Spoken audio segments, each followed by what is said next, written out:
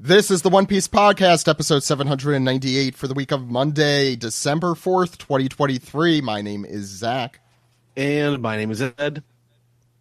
And my name is Steve.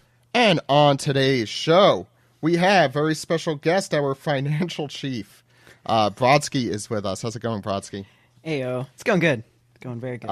Brodsky also helping to put together our Atlas, which hopefully we will be seeing in the calendar year to come. In the calendar, yeah. Not to put anyone under duress. We also have our special guest today. You might know him as Ein, if you've been around for a little bit. In the One Piece community. His name is also Ben Juwono. I should have gotten all your credentials on here, but That's fine. Happy to be back. Thanks for inviting me again. Of course, Ben. It's great to have you back. So today we're going to be talking about One Piece chapter 1100, where the entire series changes forever, as everyone predicted, the milestone chapter.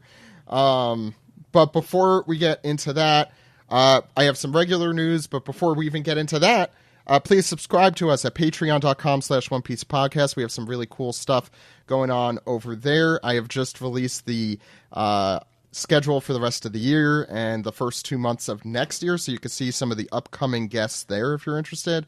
We also have alternate images, alternate titles, ad-free episodes, the entire series Forced to Watch for Kids, and a backlog of like hundreds of episodes of exclusives and other stuff there as well. So the big news today, I think that everyone really wants to talk about, is the One Piece Los Angeles Rams football game promotion. I think the big news out of that was that a bunch of the live action cast members were there, from what I saw. Wait, was that the game this weekend? I think it was today. Yeah. I think it's as we're recording. I think that just happened. Okay, because right? I'm just laughing because there was like I was joking because the house that was next door to my friends was watching sports yesterday, and we were watching like anime in our house, and I was like, I'd been so funny if it was like the One Piece one was showing up. Are the Rams the team that dribbled the ball? Yes. No. No, that's the Lakers. Isn't that like a down if they fumble it? You know, we had that sports. the podcast. The podcast had that Spotify rap thing, and it shows like what other things they're interested in, and sports was up there. And I'm like, oh no, that joke I made last week. Everyone is just shaking their head at me as they listen to my sports knowledge. Me being the sports guy here, as everyone here knows. They did like a cool thing with not the Jumbotron. I don't know what it's called, like wraparound screen at the top. And I saw Iñaki, Emily, and I saw Jacob posting from there as well. So that's Luffy, Nami, and Usopp in the live action. So that's cool. I imagine several of them live in Los Angeles, so that probably makes sense. And Steve, I assume you did not make it to the Los Angeles Rams game. Nah, F that traffic. I ain't doing that. Is that all of LA though? Enough. That's like all of LA. So why do I have to? Why leave your house? Yeah, why? I mean, why throw away my? I always say that. Yeah.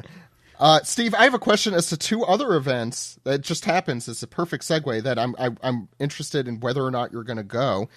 First one is the One Piece Exhibition Asia Tour, which takes place from February 14th to May 12th, 2024 in Thailand, I believe in Bangkok. Will you be attending that, Steve? Asia. Oh, I'm sorry, guy. If someone wants to fund that trip for me, sure. Okay, cool. Let's get that together. I'll clean the elephants. I'll do it. I know you will. You've dreamt of cleaning the elephants. The other thing, are you going to go to Jump Festa this year? December 17th is when the big One Piece Super Stage is happening at 5:10 a.m. Japan time. Do you plan on going to that, Steve? I was thinking about it.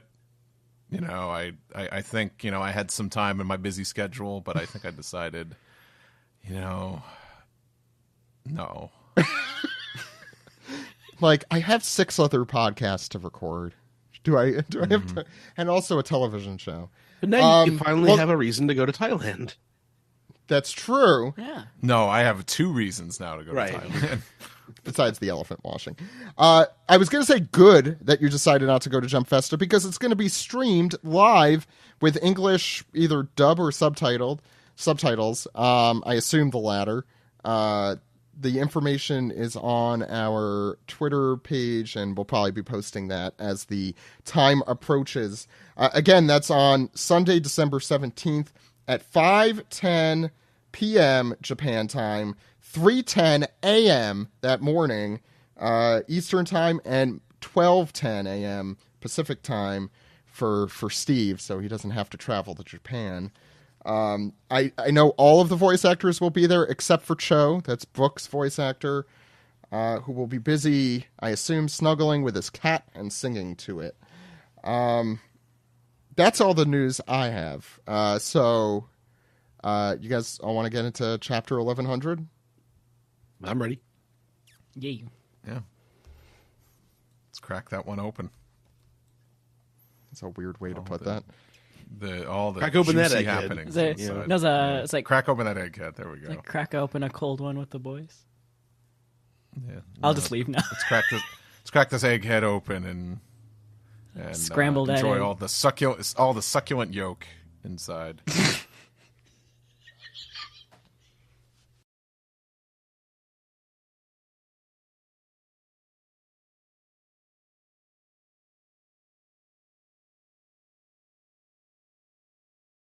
This is the manga recap for chapter 1100. Thank you, Bonney. This chapter and all chapters come out at every week for free, legally worldwide at shonenjump.viz.com or at mangaplus.shueisha.co.jp. Please check it out there. Ed, what's going on the cover page? Sure, we have a reader request for Usopp watching Sanji chop vegetables and being reminded of the Usopp pirate crew from our good friend Noda Skywalker. Again. So, It's 2 in 3 chapters that he got, because he was in the one that was half done, which I think was 1098. So let's break this down. Usopp is thinking wistfully about them, and not like looking at Sanji like murderer. But Sanji is very annoyed because I guess Usopp is handling his pepper without consent. I don't know. He's not helping Usopp. No, he's certainly not being helpful. No. He's definitely hindering the movement of food. Yeah. And then Maybe he didn't wash his hands. there's a cute rabbit too. Yeah. Very likely, actually. It's Usopp. How many times does Usopp shower? We got to see. Oh, well, yeah. Is Probably that looking at it. answered somewhere? It is. Yes, I somewhere, could look that up and let you know after we start the chapter. I'll just cut in with that. The thing that disappoints me lately is that I think Oda forgot how buff he made Usopp after the time skip. That now when he draws Usopp, he goes back to his scrawny self. Sometimes he does it- overcorrect like that. Yeah. I know, but I was rereading, and when I got to Saboni, it's like, damn, he's buff, and now it's like, oh, he's normal. You want to know what it is? I think it's like long sleeve syndrome. If they wear long sleeves, they immediately look slim. As soon as they take those shirts off, though, it's just, it's Also, it's all beef. It's all beef. Zach, it is once every 3 days. I just got it up. Yeah, that's not He is- awful. He is the second cleanest man after Sanji. Sanji is every day. Oh, well, okay. That busts that theory. I'd like to apologize on behalf of men. I'm assuming Nami and Robin shower more or less than Sanji. I don't even. Oh have no, the- they're every day. Okay. Yeah. You don't want to you want to skip a day or two every so often, or otherwise you get too dry, I think. And let's I don't know about move off our hygiene. Let's move off our hygiene. It's You got to different. exfoliate. Yeah, you gotta let the pores breathe a little bit. Let's move off of our really ill-regarded advice here.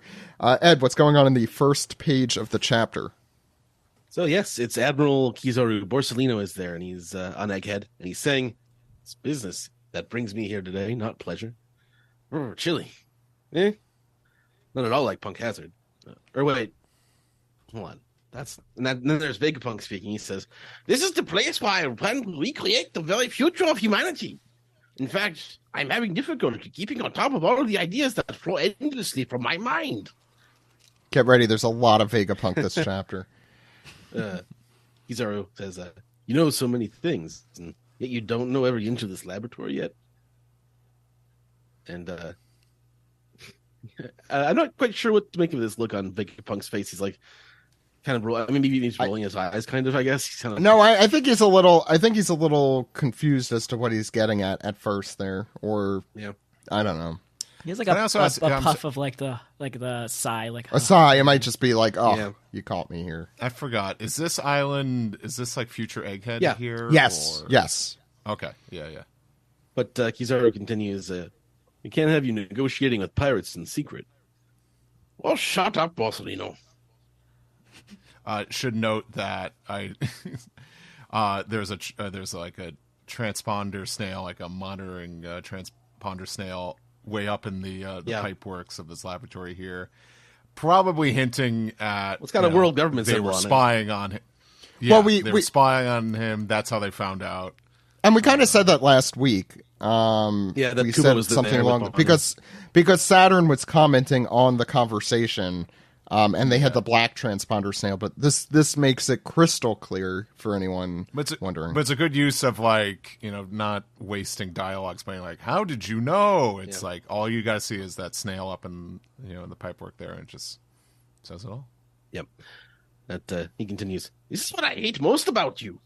Look, I'm sorry. It's my job. And so over the snail we hear, this may not matter to you, Vegapunk, but regardless of Bartholomew Kuma's suitability to be the model of clone soldiers, he is a pirate with a 296 million berry bounty on his head. It would shame the Navy for us to use clone soldiers of such a man. So I have some conditions for you, Bartholomew Kuma. The first is that you will join the 7 warlords as a pirate. A rookie named Ace recently knocked out one of the 7, and we've been searching for a replacement.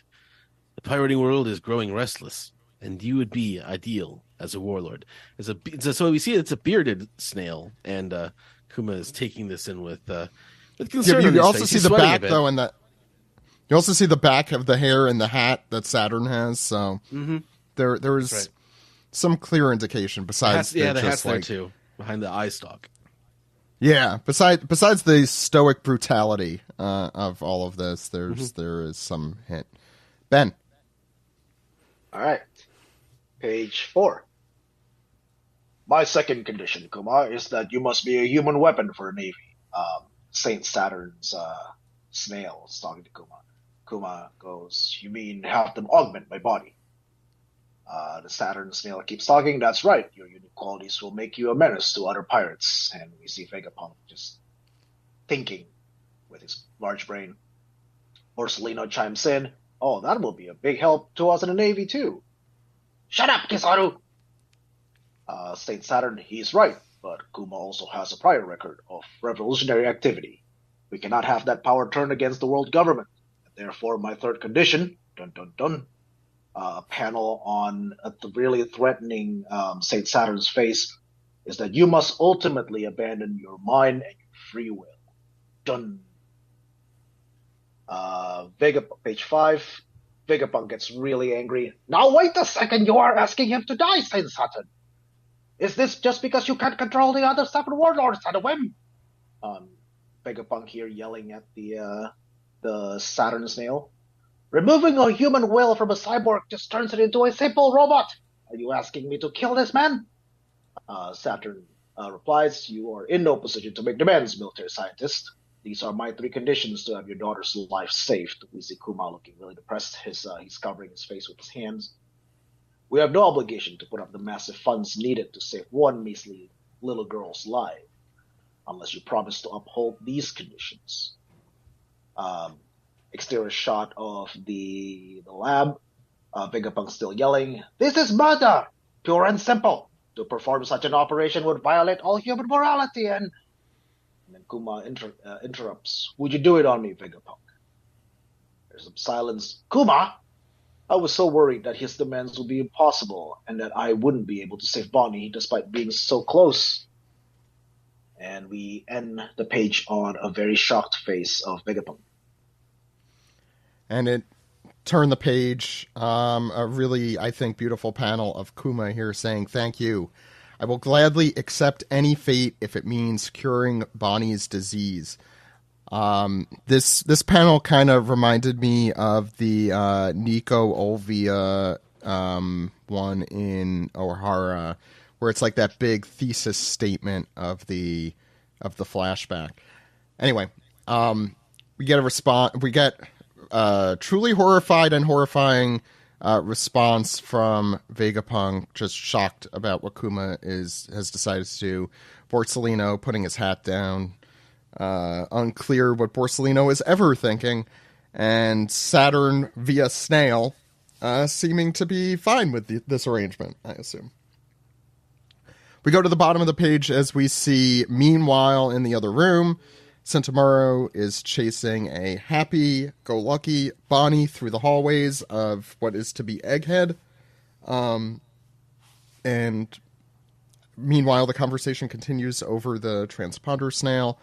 As Saturn asks Vegapunk how long it will take for Kuma's augmentation and the full treatment of his daughter's disease, and Vegapunk replies, "Half a year to treat." I can't do this. I'm like turning into like an Arnold Schwarzenegger. I believe in you, Zach. Okay, wait. Half a year to treat. Yeah, I'm doing the Arnold. The sapphire scales, and another year to full year before she can go out. No, I'm doing Swedish now. Before she could go out safely, and that's a year and a half altogether. So we have a year and a half for Bonney and 2 years for Kuma. Kuma in his palm, thrilled that his lie has come to pass as truth, incidentally, and Bonney will be cured by her 10th birthday. And Saturn, just to really make things as clear as he possibly could, says, "Think of your daughter as our hostage." Do you know what a hostage is? Let me explain. We have a gun to her head. Once she is cured, you will no longer have any reason to obey us. And Kuma's like, "Well, I'm not. Where am I going to go?" And he said, "But we must be certain the world government will take custody of her after her treatment, and her freedom will be granted only when you have lost your free will." And Vegapunk yells, "Then Kuma and Bonney will never see each other again once she's better." The cruel fate, and by fate I mean decision, that Saturn here makes. As he replies, "It would seem so. While Kuma is undergoing augmentation, Kuma will reign over the seas as a warlord, but you will be forbidden from contacting Bonney or escaping after her procedure, I assume. If you violate that order, your daughter will be turned into a slave. And as Kuma knows, a fate worse than death." Ed. Okay, so we can see the fear wash over his face, and he sort of swallows his heart there, and just starts sort of afraidly saying, I will never meet with her, but I just have one request. I don't want Bonney to know about her disease or the fact that she's being held hostage. So I ask that once Bonney's surgery is done, she not be held in some drab government facility, but in the comfort of the church in the Sorbet Kingdom where she grew up. If you promise me that, I will never go to visit her, and I will do exactly as you command me." Very well. Saint Saturn says, "As long as she is under watch, it doesn't matter where. This should prove to be an interesting 2 years." So we hear this is Kuma saying, "You'll be staying here for the next 6 months, Bonney." Huh? With you too, Daddy? Yes, they found some disease in me as well. I need to undergo tests. So, and she just runs up and gives him a big hug, which is very funny given how large he is compared to her. But she said, It's such like a little dot. "We're twins, yay!" Oh, this guy's Sentomaru. This guy. What do you mean, this guy? Look, there are lots of rooms with no windows here. There's lots of dangerous stuff too, Bonney. Be careful. And so as they walk off, we see Vegapunk sort of at his desk saying, "I'm going to create the weapons of my dreams. Damn it, the ideas just won't stop coming. I need someone else here to help." By the way, Yeah? I feel like we need to say the weapons of his dreams were the ones that win him the Nobel Prize, I think. The one that, it was like, what was it, like like a happiness gun or something? Or I'm trying to remember what precisely it was. It was a while ago in a cover story.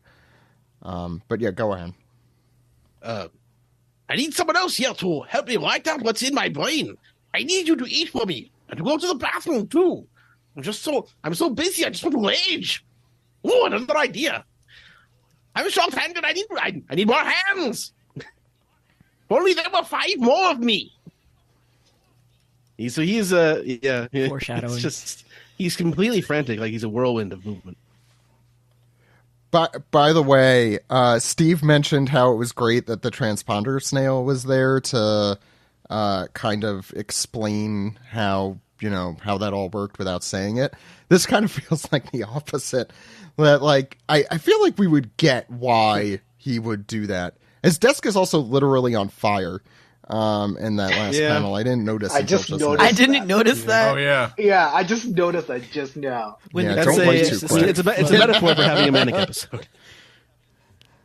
Yeah, I think this has happened to Oda at least one occasion. How has he not burned the papers? Have you guys ever had like a hyperfixation just go so bad that you can't like? I think this actually like when I first started getting into One Piece, I ended up like looking at my iPad. I drew like 300 things in a year, and I'm just like, what? I'm not of the hyperfixation generation. I just fixate. What? Listen, we all have different types of mental illness. I unfortunately, Brodsky, you're the new one here. I've been into One Piece for 21 years. Yeah. That sounds like a hyperfixation, but just over a long period of time. Yeah, it's still hyperfixation. I relate to you, Brodsky. I had a few years where I was just drawing nonstop because of One Piece. Yeah. But eventually my body breaks down. So, Mm-hmm. I think what I'm saying is I have not really got into something this, like, on this level since. Yeah. No, same. Okay, I have not had... Or ever again. Listen, that's good. Please don't be like me. It is bad. No. It is not healthy. I think I've said on this show before, it's like when One Piece ends, I am never dedicating this much of my own time to a piece of media ever again. Yeah, I could say that for sure, without doubt. I think when One Piece ends, all of you deserve to live a good retired life. Yeah. Well, I'll be Captain Kuro trying to just eke out a living by stealing in a very weird, convoluted plan that doesn't make any sense. By the way, the Nobel Prize was revealed in Chapter 1073 for his GP flower gun. It's flowers that bloom out of gunpowder. I think Vegapunk, as we discussed a little last week, it exemplifies the idea of a naive scientist who think weapons are great, in the right hands, they'll be great. I don't think that's the weapon he's talking about here, though. I think he's talking about the pacifista. Yeah, he might also be doing that. But, I mean, his flower gun... Oh, yeah, you know what? Actually, I think you're right, because, yeah, he's too young. This is still in the context of Kuma. Yeah, he's too young. He was still a Mads when he did that. Sorry, you were right. That is just me. But let's not forget about his flower gun, everyone. Ben. Oh, right. Page 10. We start with a panel of Kuma with a bunch of equipments on his right shoulder and left shoulder. He's slowly undergoing transformation. And next to it is a panel of Bonney receiving treatments on a hospital bed with several doctors helping her out. And then another panel of Kuma. Looks like he's got some scars on him. And I don't know if those are scars or just really buff necks. But waving to Bonney, riding Sentomaru. Poor guy. He's always the butt of a joke. And then we see a panel of Bonney making a drawing of Daddy, the cutest Kuma drawing I've ever seen. Mm-hmm. We see another panel of just liquid in a machine. And then we see a panel of Bonney sleeping on Kuma's chest, similar to the one we saw, I think, 2 or 3 chapters ago, when they're sleeping in the church. And then we see a wide shot of a ship arriving, UMIT cargo ship, UMIT cargo ship. So, UMIT, do you remember, UMIT. Ben? Yeah. I don't know how I don't remember. I was going to ask. Anyone remember what that refers to? So I remembered, I was about to look it up, and I'm like, oh, that's who that was. Umit was one, or Umit, I can't pronounce things, was the shipping magnate of the underworld gang that Big News Morgans was part of, like that whole thing in Whole Cake Island. As I'm sure everyone remembers him. He doesn't really do anything afterward, but what a pull. It like immediately struck me. I'm like, that's definitely something. I definitely remember that, but that is that guy. A plan. I was curious, like I was just I could have looked it up, but I was just waiting to see if any of you remember that. I knew it, but I was no. I just looked it up to confirm. It like hit me as I was about to look it up. It just hit me. Kuma's shoulder, by the way. I think that in the top right panel. I think that's where Zoro hits him. I was just rereading, all the Thriller Bark stuff in preparation for today. Yeah. Go ahead. And then we have one small panel of Kuma carrying this giant metal rod thing with Bonney sitting on top of it and people laughing and waving at him. And then on to page 11, which is looks like a slightly older Bonney. Her hair is a bit longer. She's got Luffy's sparkly eyes and drool as she's looking at some food. And then we have a panel of Vegapunk, Sentomaru, Kuma, Bonney, and Borsellino all having a pizza party, giant pizza. And on the left, it almost looks like that's an early prototype of one of Vegapunk's additional robot, like one of Vegapunk's. I don't know. It looks like something that could be Shaka. Yeah. He did have a lot of those robot guys around, even in the present day. So it might just be a citizen of Egghead that's regular created. Robot. Yeah. Yeah. The head is still solid, so he hasn't chopped up his own brain. So Can I just say that I love Borsellino just vibing with them? He's just partying and eating. Look, he seems like a very chill the relationship Brodsky, between Kizaru and Vegapunk is, it was friendly previously, and then we're showing that now. Yeah. Well, and Brodsky, when pizza's involved, you drop all your pretenses. It's time for even when it pizza. looks like that. Even when it looks like that, especially like. Yeah, well, I don't know about that part of it. Borsellino always does his like own thing. This gelatinous, goofy movie I was about to style say. pizza that Oda has drawn within the was it Yeah, this year that was the recent. color spread Yeah. with like the pizza that just looked like it was just all cheese. Yeah. I think that Like, was you got this the New year. York style. That's the thin crust. You got Chicago deep dish. You got I think Detroit likes their square pizza, and then on the Grand Line you just have the no crust pizza, as in it's just cheese. The thickness, sounds good. and consistency of this reminds me of artichoke basil pizza in New York. From Artichoke Pizza? Yeah, Yes, I that know is- exactly you know what what? you're talking You're about. right. I went to New York Yeah. in October, and the first thing I did was go to Artichoke because that was the best pizza I've ever had in my life. Ate that pizza because I stayed in Chelsea, and it destroyed my stomach the next day when I was working the show. I was going to say that's Worth definitely it. one of Worth it.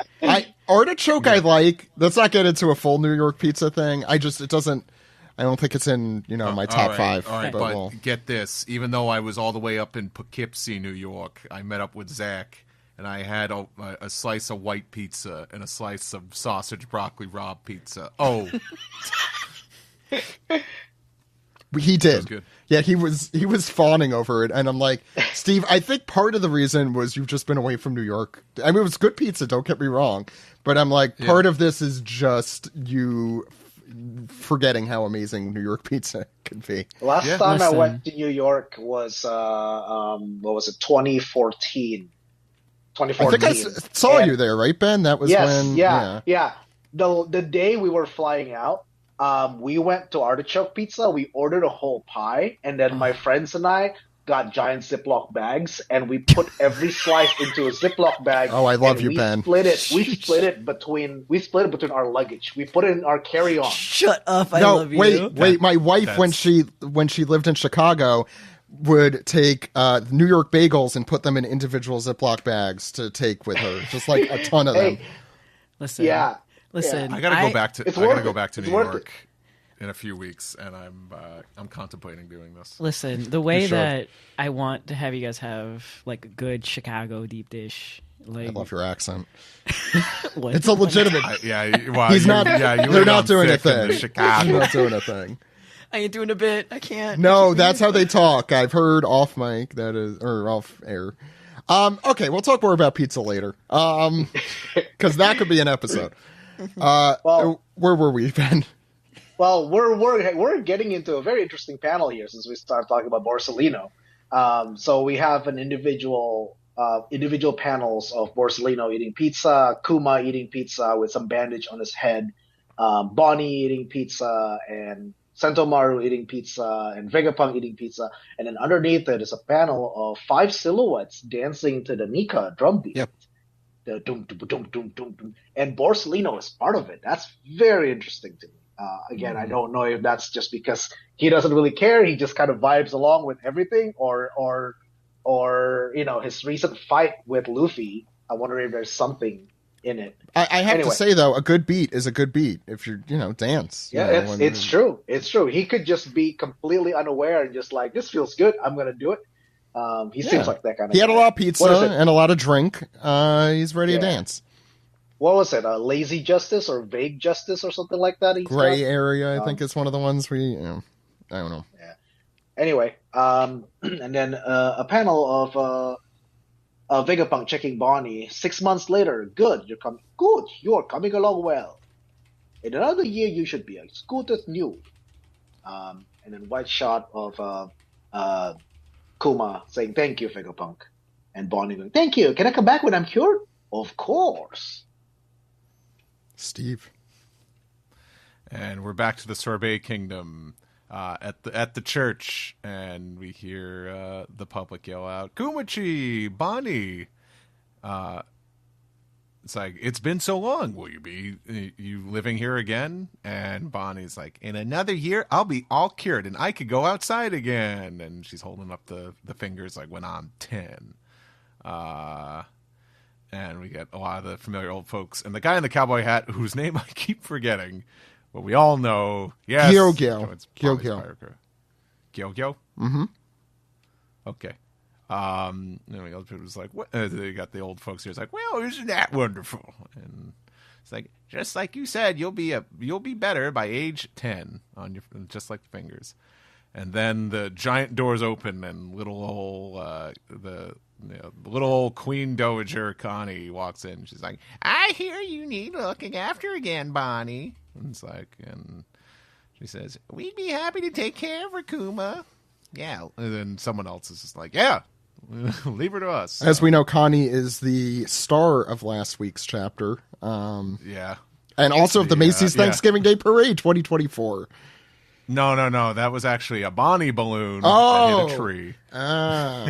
And deflated a bit. These things happen. And we see big old Kuma here, whose shoulders far exceed the borders of this panel here. And he the says, maximum capacity for the panel. Go ahead, sorry. He said, you're doing me a great favor.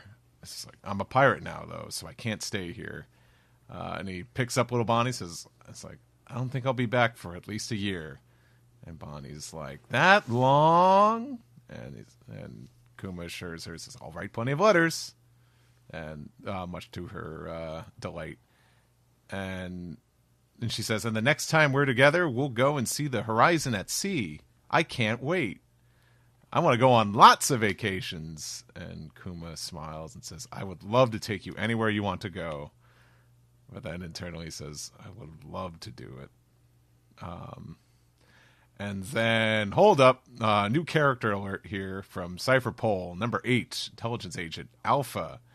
Hello, nurse. She walks in and says, we'll take it from here, Kuma. Hello, nurse. Hello. Wow, nurse. I almost choked there. Hello, nurse. And someone says, who's this woman? And she's also accompanied by 2 other medical doctor-looking dudes. We go to the next page. And we see this kind of more of like this bird's eye view of her looking past her, seeing I think like not just 2 doctors, but I think a bunch of other people behind her, waiting outside the church, and she says, "I'll be here to monitor Bonney's disease until she's perfectly cured on doctor's orders. We'll be handling everything from temp checks to daily doses of medicine. Call me Nurse Alpha. Nice to meet you, Bonney." She smiles, and Bonnie's just like,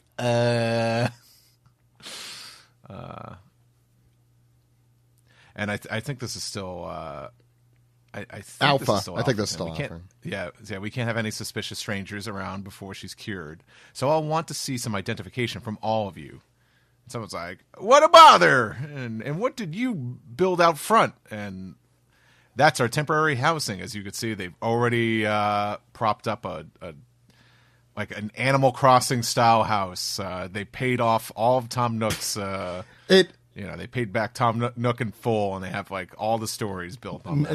Not to make this more dark, but it really is, I think, supposed to be more reminiscent of like a jail, Big fence like, around it now. It looks industrial. garrison and a fake fence. It's yeah. it's like metal. It looks like it has like metal paneling and all that stuff on there. How It much do you looks want to like- bet she has the construction fruit? High likelihood. No, but I think you could actually see them building it on either side, right? That's what the little puffs of. Well, it's got the smoke. little like the little like tink tink tonk, noise. tink tonk, tink. Yeah, Yeah, it's like 3 hits and it's fully built. Well, It's, that's how it construction works in fruit. cartoons, right? I guess Frankie isn't special with his building also skills. works in Animal Crossing. Yeah. Tink tonk fruit. Tink tonk and fruit. Tink tonk. Yeah, tink tonk tank. But Alpha approaches Kuma here and says quietly, holds up a rock and says, "A child's neck." And then crack, can be crushed just like that. Ooh, she's a bad woman, bad person. Oh no, we thought she good because she smiled at child, but she bad. She's in the Navy, Kuma says- or not even government. Government, and Kuma says, "I know, I'm not coming back." And pats Bonney on the head and says, "Thank you, Bonney, for being born." And Bonnie's kind of just taken aback by this, and she's like, "What?" And then she laughs. And the townspeople, or just everyone in the kingdom, sees Kuma off. They wave goodbye, and we get some narration here. They called this pirate a tyrant, but Bartholomew Kuma was utterly faithful to his orders from above. His presence among the 7 warlords terrified the pirates of the world, and we see his mug on the newspaper here. And we go around the world a little bit. Speaking of the world, and we see Old Sugar here holding up a newspaper. Old Sugar, who remains the same age. Speaking of Sugar. weird aging things. But we see, we see the temple and the edge of sunglasses of a familiar face here, and she says, "Young master, there's a new warlord." And he says, "Kuma the tyrant? Well, we've got another miscreant on our hands." God, Doflamingo's Doflamingo's tongue veins away. are already Yeah. popping there. Jesus Christ, put those away. It's cute when Vegapunk does it, but not you. Is it though? Do You know what? Yes, it is. Yeah. Comparatively, I mean, endearing. if you had to pick cutest between Vegapunk and Doflamingo's tongue, and only tongue, Doflamingo. it's okay to have wrong Okay. opinions. Brodsky. Yeah, you look at this panel and you tell me that's endearing. Yes. And I'll stop there. He ain't no puppy dog. I don't think that's what Brodsky was looking for. And That, then that panel I- with the tongue is gonna awaken some things in some people. I will tell you that. probably more interesting than his awakening ability. Damn. Damn! It's true though. Someone's gonna have to lick their wounds. Oh. I don't think people like him for his awakening ability. Anyways, they like. I think they like him for the tongue that licks the wounds. I think that's the. Yes. Mm-hmm. Yeah. Yeah. Anyway, sorry. So, and then, hey, I recognize those windows from anywhere. We're below, What a rain navigator. dinners here. As we, thank you. Thank God, And we yeah. see That's who I was And we see happy to Nico see. Robin, I mean Miss All Sunday, reading the newspaper, and she says, "Aren't you curious?" I think you're doing her accent wrong there. Give me Cowboy Robin. Let's go, 4 kids. Let's go. No, Oh, come on, Steve. Kabobbin. nah, it had its time. Kebab, Bobbin. kebab. Yeah, Cowboy Robin. Go Bobbin. I thought we all agreed on Ye Hobbin. Yeah. There you go. Anyway, she Wow, says, this chapter went from straightforward to something completely different. Go ahead. she asked, "Aren't you curious?" And Crocodile says, "I don't know who it is. Anyway, have you eliminated the witness to our rainmaking ship?" Oh, you're talking about events we know about. I love a good callback. Remember dance powder? What's up with Croc's face there? It's wonky as shit, He's- right? Is that just me? No, it's hot. You're He's just smoking a cigar. lying. He Yeah. No, I know he's hot, but what is that specific panel going on there? Is that just me? I think I think it's just you. I think he's drawn Kuma too much in the last that's- yeah. 3 months Yeah. that I think the Kuma jaw kind of leaked into Crocodile. Yeah, Crocodile is looking like is like on Gaston levels over here. Yeah, it's not. It's off. He looks off. I That's all mean, I'm saying. have you seen like certain episodes of Alabasta? No one's neck is That's true. Is incredibly Also, thick but as like, when was the Croc's. last time he drew? I guess no, he had the guild. Recently. The last time he A drew year Crocodile. ago. Yeah, but that was No, still that like was- a while ago. That might have been 2 That was years a ago while. almost, actually. No, you're probably right, because the anime just did it. So it's Listen, probably a little to over a year. me, this is very happy. Good. Yeah. God, you have No, a this lot is of, what do you call I it? have problems, Zach. On this specific page, on the bottom of this specific page. Listen, I got 3 of my men right there. Well, luckily, there's no one else on this page that's going to pique Brodsky's interest. Please go No. ahead, Steve. Hold on, Mihawk is at sea here. Oh, reading the God newspaper. damn it. Amidst an explosion that he probably caused, and he is beardless. I repeat, beardless. Oh, my God. Wait, Maybe a mistake. Maybe just a sign of not. the times. You know, you could shave that; it'll come back in like a couple days. He was Did maybe he the have chin his strap side- was well, an no, no. explanation. If you look at it closely, if you zoom in, he's still got the little peak of his sideburns. So maybe He does. He does yeah. have the sideburns. So maybe he doesn't was have- he trying doesn't have the something beard, new. Yeah. And he what- did not have beard when he was young. Like if you look at the young Mihawk, like he just has the No, yeah. So I guess it grows from the mustache first and then grows on the beard. As someone who has a beard now, like, I mean, I know it depends the person, I guess, but you could shave it off and it could come back in a couple weeks. Like, you could just do that if you want. It doesn't Do you have to think be. people in One Piece shave? Yeah, that's a good point. it was getting itchy. And Oh, he like a does. real blast from the past, Forgot- we have Alvida original style here. Saying like, it's like he's as big as Whitebeard. They say, who's stronger, Kobe, me or him? And you know, original Kobe here, Kobe Classic says, Lady Alvida, of course, Lady Alvida, of course. I just And also the go ahead. Sorry. the one of the Barrel brothers, you know, one of the guys that gets, you know. Oh, yeah. Is Yeah, that's him. over there too. I like that they kind of went.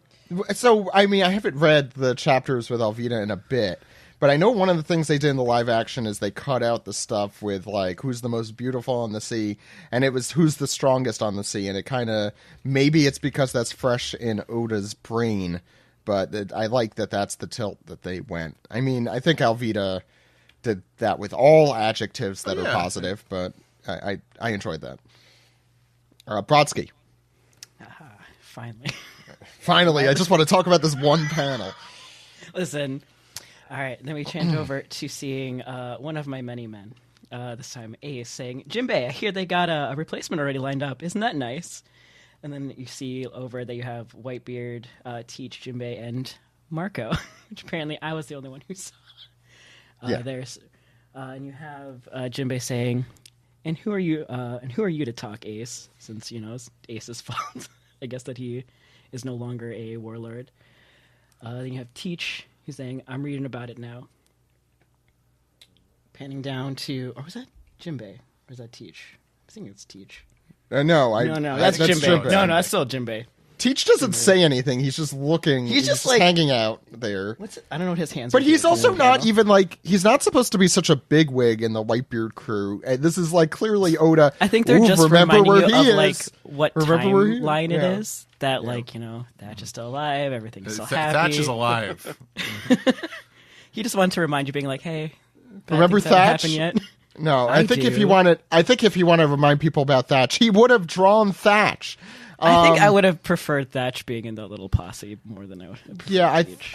I mean, it would have also made more sense, but Yeah, Thatch coming in. It's like, did you hear, Ace? They already replaced the warlord you defeated, and I will never die. what a weird thing to say all of a sudden, Ace. Well, yeah, thanks, Thatch. Both of them. To be fair, a lot of them are dead. Please continue. Oh, don't get me started on the Whitebeard pirates. Anyways, next panel we have Jinbei saying, "A former king, eh?" And there's an active king in lineup as well. The world of pirates has changed.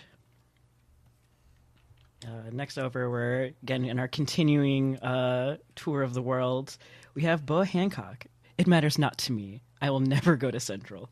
And then you have her I guess it's Empress, but also kind of like her hobby is advising Boa Gloriosa, the lady, saying, "But we still need information, Snicket Princess." It's actually kind of amazing that Gloriosa has appeared twice in this flashback in two very different times. I also... maybe I've been watching too much Sesame Street. Aged like hell, apparently. I think like everyone else, like, yeah. I feel like Oda's now just drawing maybe more older people. It's like older. Maybe I've been watching too much Sesame Street, but Hancock's earring looks like Oscar the Grouch's worm, as many people may know. Wormy. I'm like looking in. It looks like that smiley face. Yeah. Emoji, like Yeah.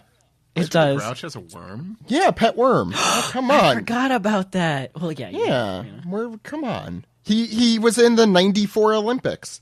The Worm Olympics, obviously. Please continue. All right, and then we have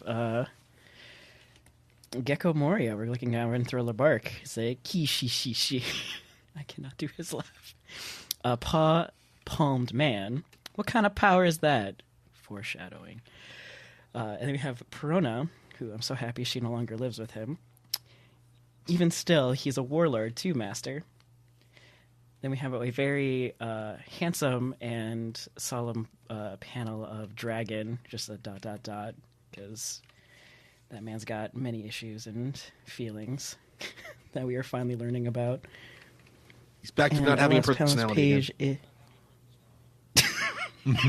Yep. And our last panel is we see the rest of the revolution is we see Sabo finally after where's that Twitter account to tell you how we saw him. There's a Twitter account for that. Oh, I think was it after? Why am I shocked? When everyone thought like he might have been dying. It's like every day. It's like there he is. how many He's days alive it's been since we've seen him. He's alive in the past. And then you see Sabo saying, "Aren't the seven warlords servants of the government?" And then you have Koala. Kuma would never do something like that. And Hack says nothing. Aren't you forgetting something? Jinbei's best friend. Jinbei and Hack are both in this episode. Chapter. Yeah, They're both on this. They're both on this page. But notice how Jinbei never mentions Hack. That's how you know they're not really friends. You know, something could have happened. We don't want to dig into their past. Maybe we'll get a more Jinbei flashback. Go ahead, Brodsky. And our last page is pretty much entirely a Kuma letter to Bonney. The first page shows Kuma writing on his ship, which has the most adorable little Kuma drawing, which actually is the same drawing that Bonney drew of Kuma. I just realized. I know that broke my heart. And Oh no!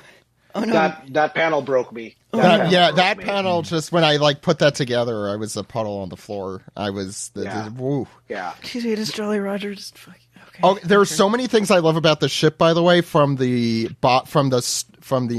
keel area, looking like his hat, from the ears on the actual ship. Plus, he's got a good sense of fashion. Like he's his design great. is fantastic. I love his design. Plus, my favorite I ship, just noticed. There's a church on the ship in the back. Yeah. Oh shit, you're I right. didn't notice that. Yeah, I didn't either.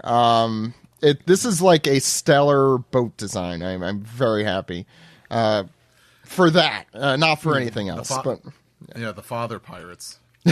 The best dad. The daddy Okay, pirates. in- The daddy in pirates. The daddy Well, no, I see if Well, I say Kuma's, father Kuma's is more play on no, being a preacher, you know. So. Is as- it Bear Daddy? no, Zach, as someone who knows of the daddy variety, Kuma's more of father. Like he is one of like the best. Like him and oh my god, Beja, I think are like the best dads in One Piece. Yes. Yeah, they're emblematic. Although Like, I hope Kuma no now dad has has to go like, through moved that. to like number one.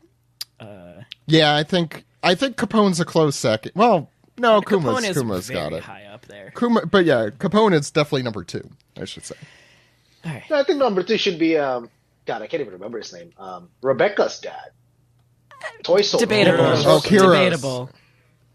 There's debatable on his father is. What did Kiros do wrong? To be fair, He's there by her she side. had no memory of him due to a weird Yeah, and devil he's fruit there power by that her makes no side sense. the whole time. Yeah. Enough about sugar. Yeah, enough about sugar. Why don't you read the letter to us? All right. To Bonney, I am writing you at sea. It's difficult to travel now being more famous, but I am doing well.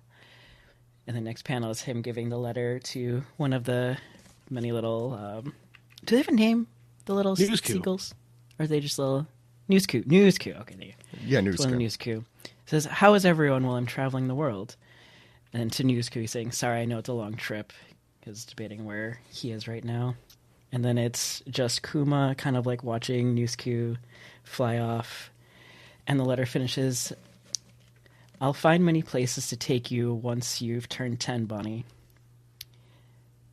And then it pans down to our favorite little rapscallion, Luffy, running away from a tiger as he lives out his childhood on in the woods with the bandits.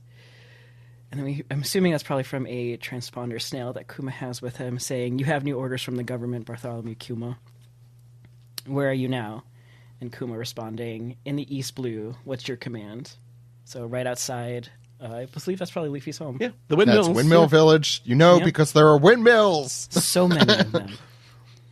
If only there were more windmills. I forgot to say that we said Luffy's there'd be just a few. giggling. It's mad now. Yeah.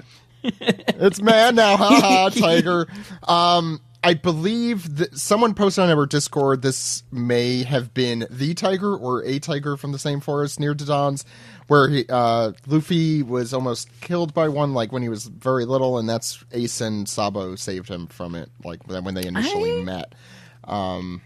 I have to pull out that volume to double check. Yeah. But Boys have I killed think a lot of tigers. the boys have probably killed a lot of tigers. I think you would only debate if you look at the shirt in which Luffy is wearing if it kind of matches during that time. But Luffy looks a the little bit older shirts than were he all does. jokes. I think he's 13 here. I'm not 15 saying it was the 13 or same 15. time.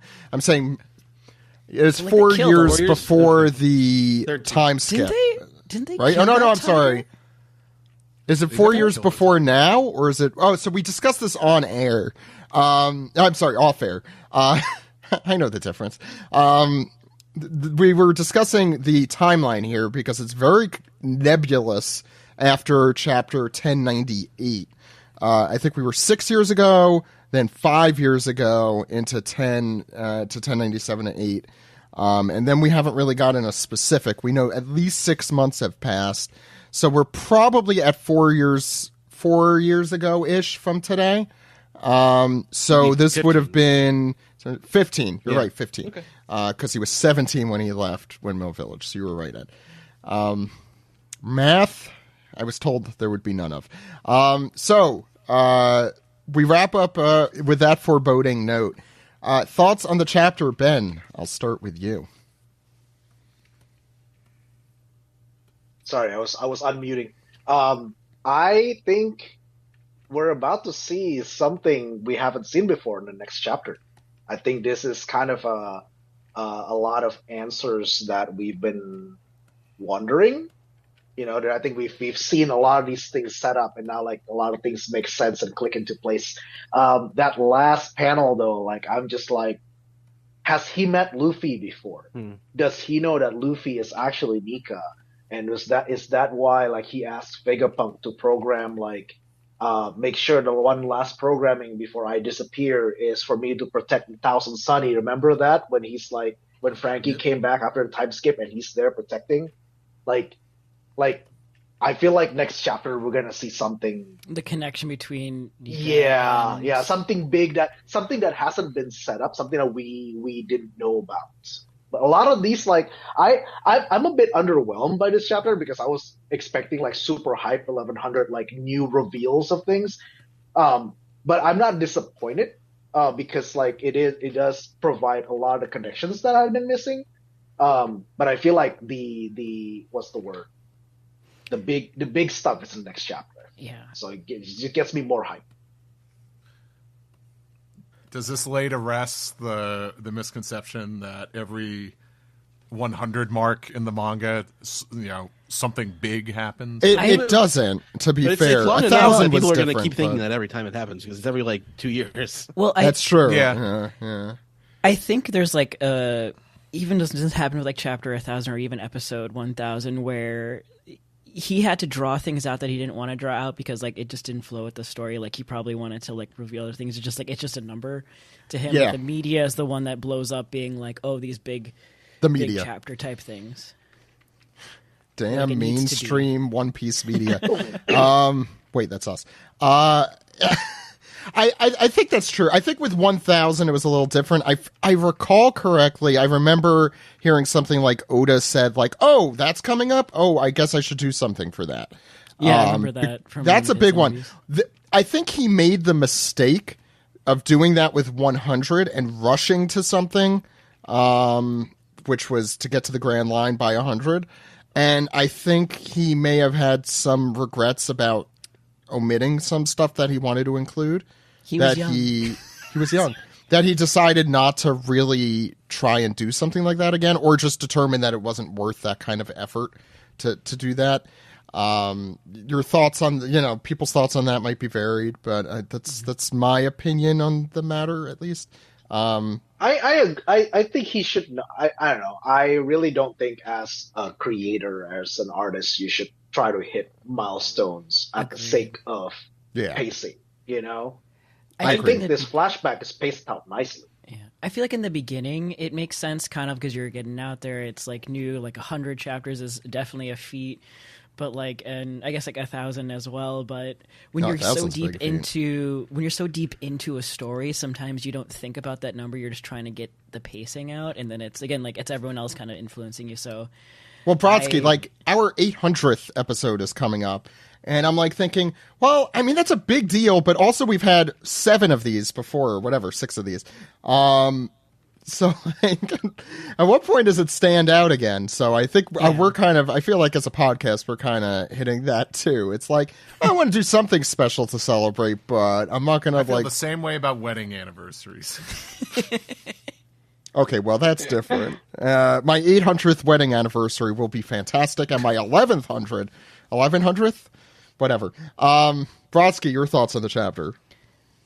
I really like this as kind of like it feels like more like the conclusion, because I know we've had the last few chapters have all been kind of like a lot of Kuma's flashback, which I think was really well done because we kind of needed that context, because we've just seen Kuma throughout the entire series doing all these kind of like, honestly, like either just being like the robot, like the villain, then the hero, then like with the pacifistas and everything like that. But now seeing everything laid out and where it all connects now in this last one, I feel that like now moving into whatever's going to happen next, we'll kind of get that final connection. So I think it was really good to kind of like wrap up and then remind us, being like, hey, remember all these little things that he was mentioned in.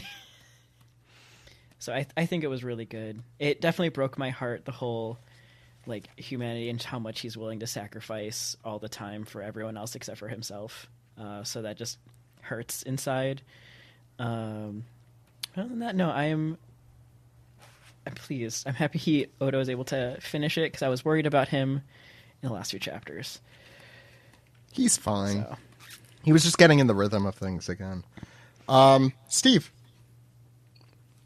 Oh, back to form. I think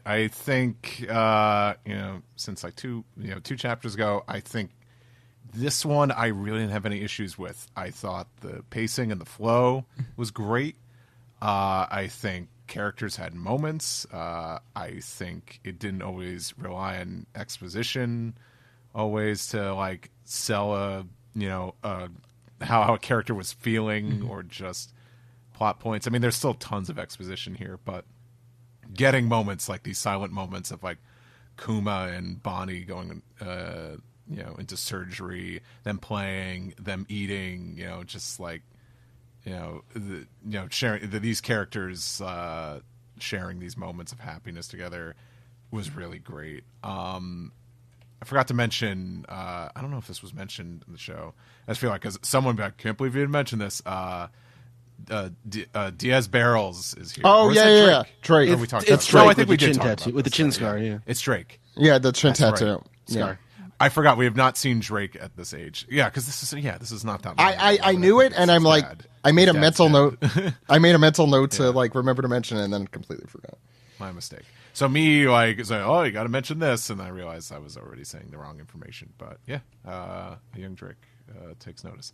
But I mean, I think Zach is probably going to attest to like how good the stuff between Kuma and Bonney was in here. So I won't steal your thunder. I really like this one, and I had a lot of moments where I was wincing and going like, and I'm like, huh, oh, not like an exaggerated way, but kind of just in a very engaged way. I was very engaged while reading this chapter at 7 a.m.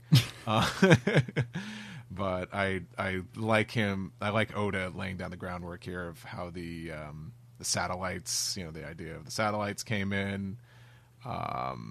I really enjoyed this around the world stuff because it also helped me be like, oh, I realize we're not too far away from the present day here. But seeing all these characters and realizing how Ace truly became a character after their death when you think about it.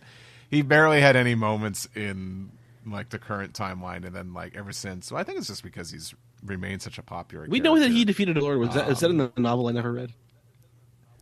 I know they offered him the position. I remember that plot line. Yeah, I don't know if it was ever mentioned that he defeated one of the warlords, but I remember Ace was offered the position.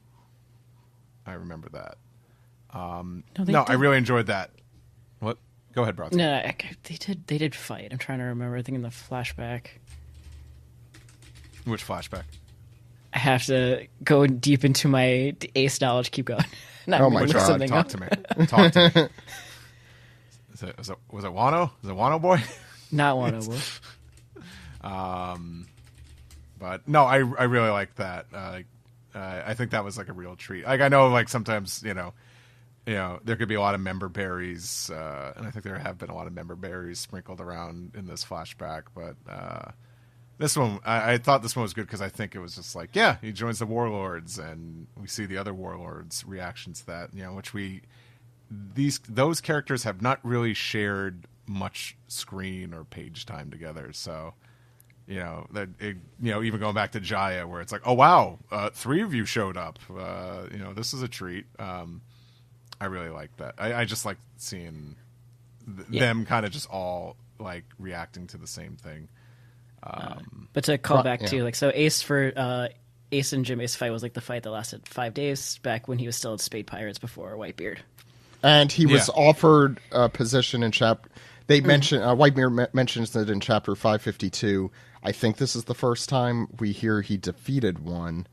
I assume separate incidents, but I'm sure if I'm wrong, I'll hear about it. No, I think it's the same thing there. That was the same fight because I don't think Jinbei and them fought again because it looks like they're buddy. Oh no, that discussion might have been right after that. Wait, Brodsky, you're not implying that Ace defeated Jinbei? Because Jinbei because they're saying he has like a replacement warlord. already lined up for Jinbei. Yeah, because it's not. I don't think it's not Ace defeating Jinbei is what. Led No, to I this. think he's just saying that there's. Yeah. I think he's telling Jinbei because Jinbei is a warlord, and he's like, "Hey, you got a new person you got to deal with." Oh yeah. Yeah. It's like when you get someone at work that really sucks, that's new, that comes in, and you're like, oh, you got to deal with that guy now? Oh, God. Right. Yeah. Guess who they're transferring over to this store? Kuma the Tyrant. Go ahead. But I think that's like our 100th benchmark cheat, like little treat here is just seeing some of these characters. I think, I think it's a treat. You could use that. Yeah, I think Otis is like, yeah, that's your treat. How many chapters do you guys think before we come back to present time? Not many. I mean, we don't have a lot of time left. I mean, hard to say. I mean, the Odin flashback was so long. Where did we start? How long has this one been going on? It's been a while, isn't it? 1094? No, 1095, I think, was the first one. So about 6 chapters so far, right? No, the reason I ask is this, because again, I think this chapter has the conclusion of this mystery, quote unquote mystery, that's been set up this whole time about, is Kuma a kind person or is Kuma a tyrant? Because that's all we've been hearing, like, oh, he's a tyrant. Oh, how could this happen to kind Kuma, like type of thing. I think we finally have the answer as to why there's such a discrepancy. But I think that was something that was so easily predictable given how he's paced out this flashback.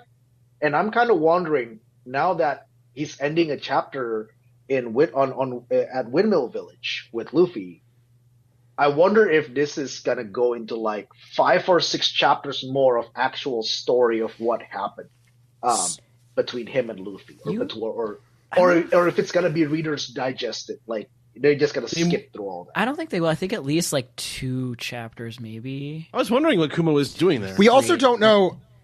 Yeah, we also assume that has nothing to do with Luffy in particular. That the reason that he's there, maybe it's got to do with Sully. I don't think so.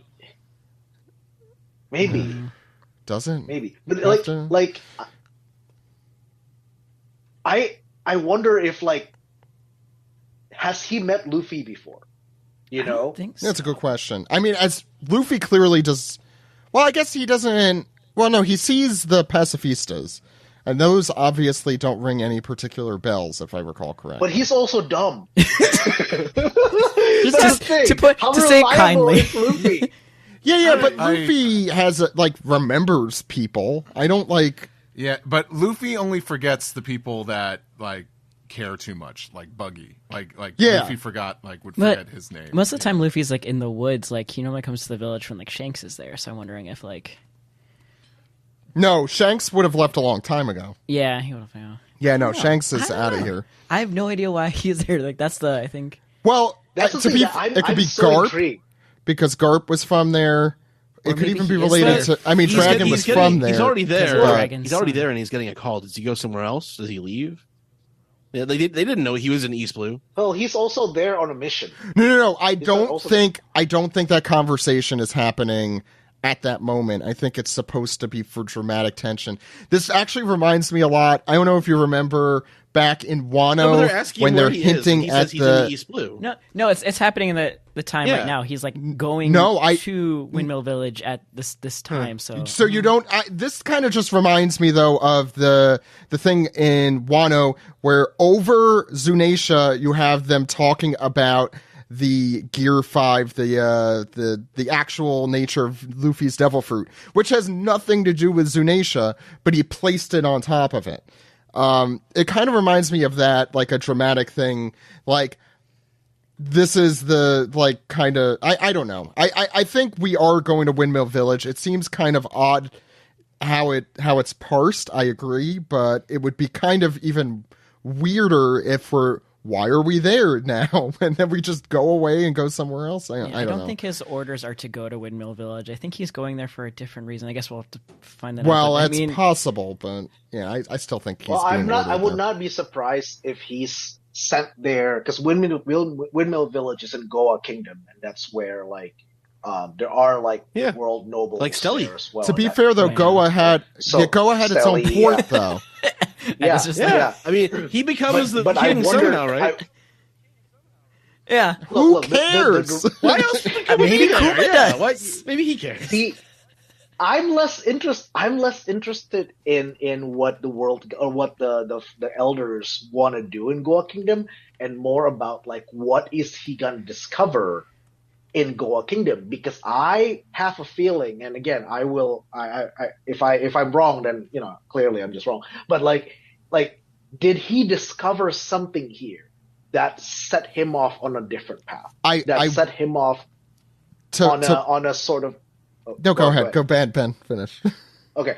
Well, did he discover something here that kind of set him off on a Joy Boy is real, Nika is real, and Nika will awaken or whatever. Like, he discovers something that kind of makes him go, okay, this is what I need to do from now on. Like, because the thing that disappoints me the most about Kuma is that even though he's so tragic, his personality really is just, I'm a coward and I will just sacrifice myself to help other people. Like, he's always been like that.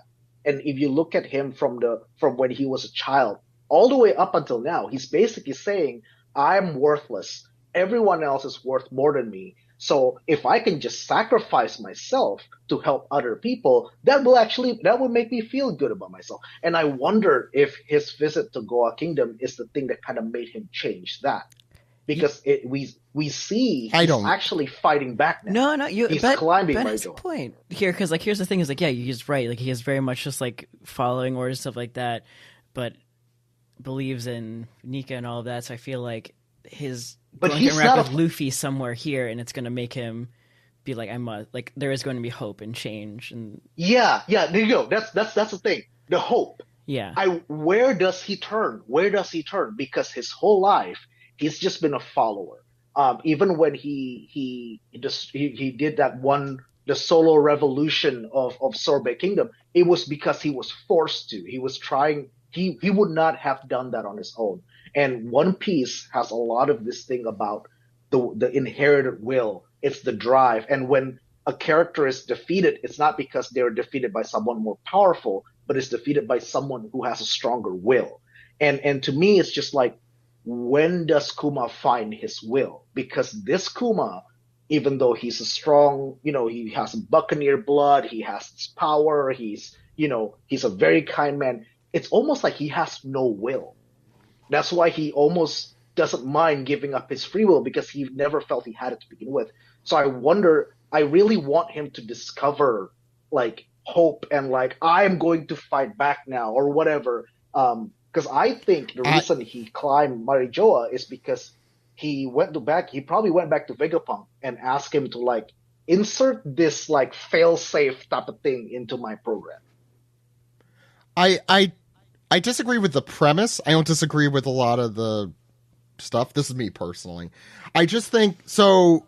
I think the thesis for who Kuma is and who Kuma wants to be was his conversation with Saturn on God Valley. It doesn't make sense that you're born important and there's no reason for someone to be born a slave. And if I've got a power, then I want to be like Nika and save people. I think his drive, his will is to be someone who helps other people, the quote unquote hero that Luffy is certainly not.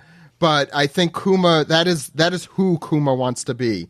And I think what he does here, I think the self-sacrificial nature of how he behaves, that's his perspective of how to be that hero, of how to bring people beyond their birthright, so to speak, good or bad. But he hasn't been doing that. Like he not did. Been... When he was in the Revolutionaries, I would say he definitely did. And then since then, his self-sacrificial nature has held him back from being able to do that again. So I don't completely disagree that he's being held back. But at this point, like, I'll get into it more when it's my turn. But just the idea of, your family, the love of your life, and your kid, being willing to sacrifice everything that you have worked for in life is an easy decision for Kuma, because his family is more important to him than that drive. I don't think and- any of his decisions are easy. No, I'm not saying they are. No, Yeah, but he's not. definitely said willing easy, to but Okay. when I say easy, I mean there's no choice for him in that decision. He doesn't believe there's any other choice but this. What is he There gonna a do? choice. Is he There's a gonna- choice. But he always chooses Bonney. He always chooses his family, and that's fine. That's fine. But the thing is, I feel like he's gonna discover something in the next chapter or in his mission to Goa Kingdom that made him kind of rediscover the old spark. Like that piece of statement that you're Oh, talking it was about. like I know, I the agree kingdom that with was that. burnt, like his homeland was. Right, that's true too. So that could be that's something to do with it. Yeah, and that's the thing that really intrigued me. Like, what is he gonna discover that lit the fire under his ass again? Yes, that's a yeah, I agree. Steve, did we finish off what you want to say in the chapter? Go Sorry. ahead. But I would like to interject. I don't think Kuma's a coward. I mean, like his daughter calls him a wimp, but just because that's like the point of view of a child, I think it's self-sacrificing is more of Kuma's MO here, because I think it'd be like calling like Sanji a coward in Whole Cake. It's self-sacrificing without kind of like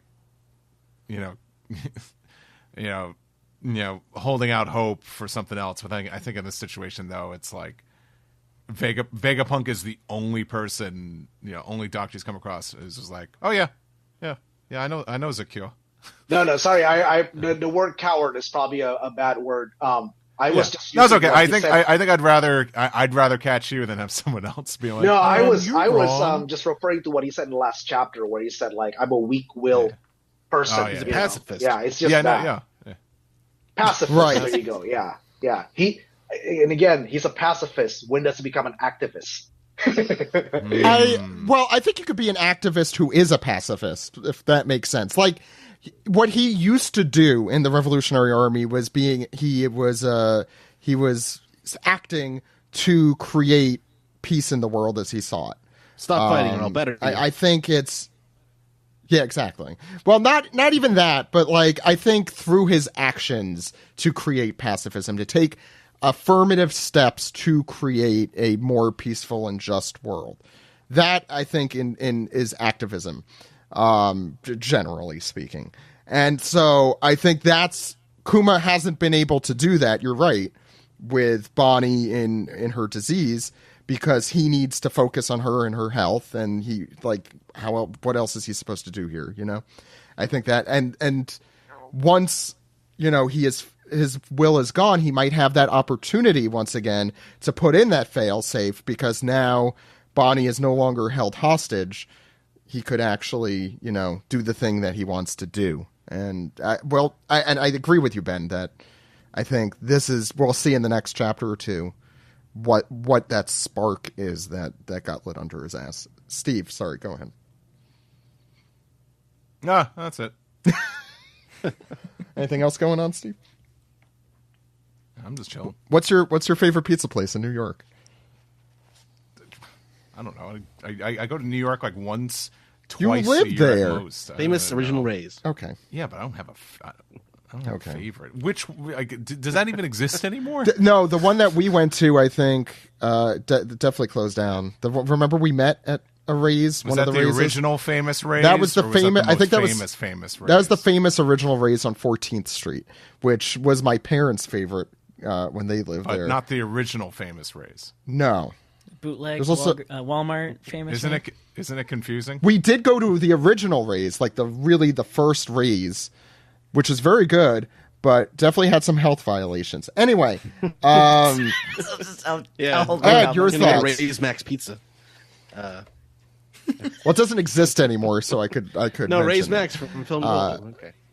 Ray, I know.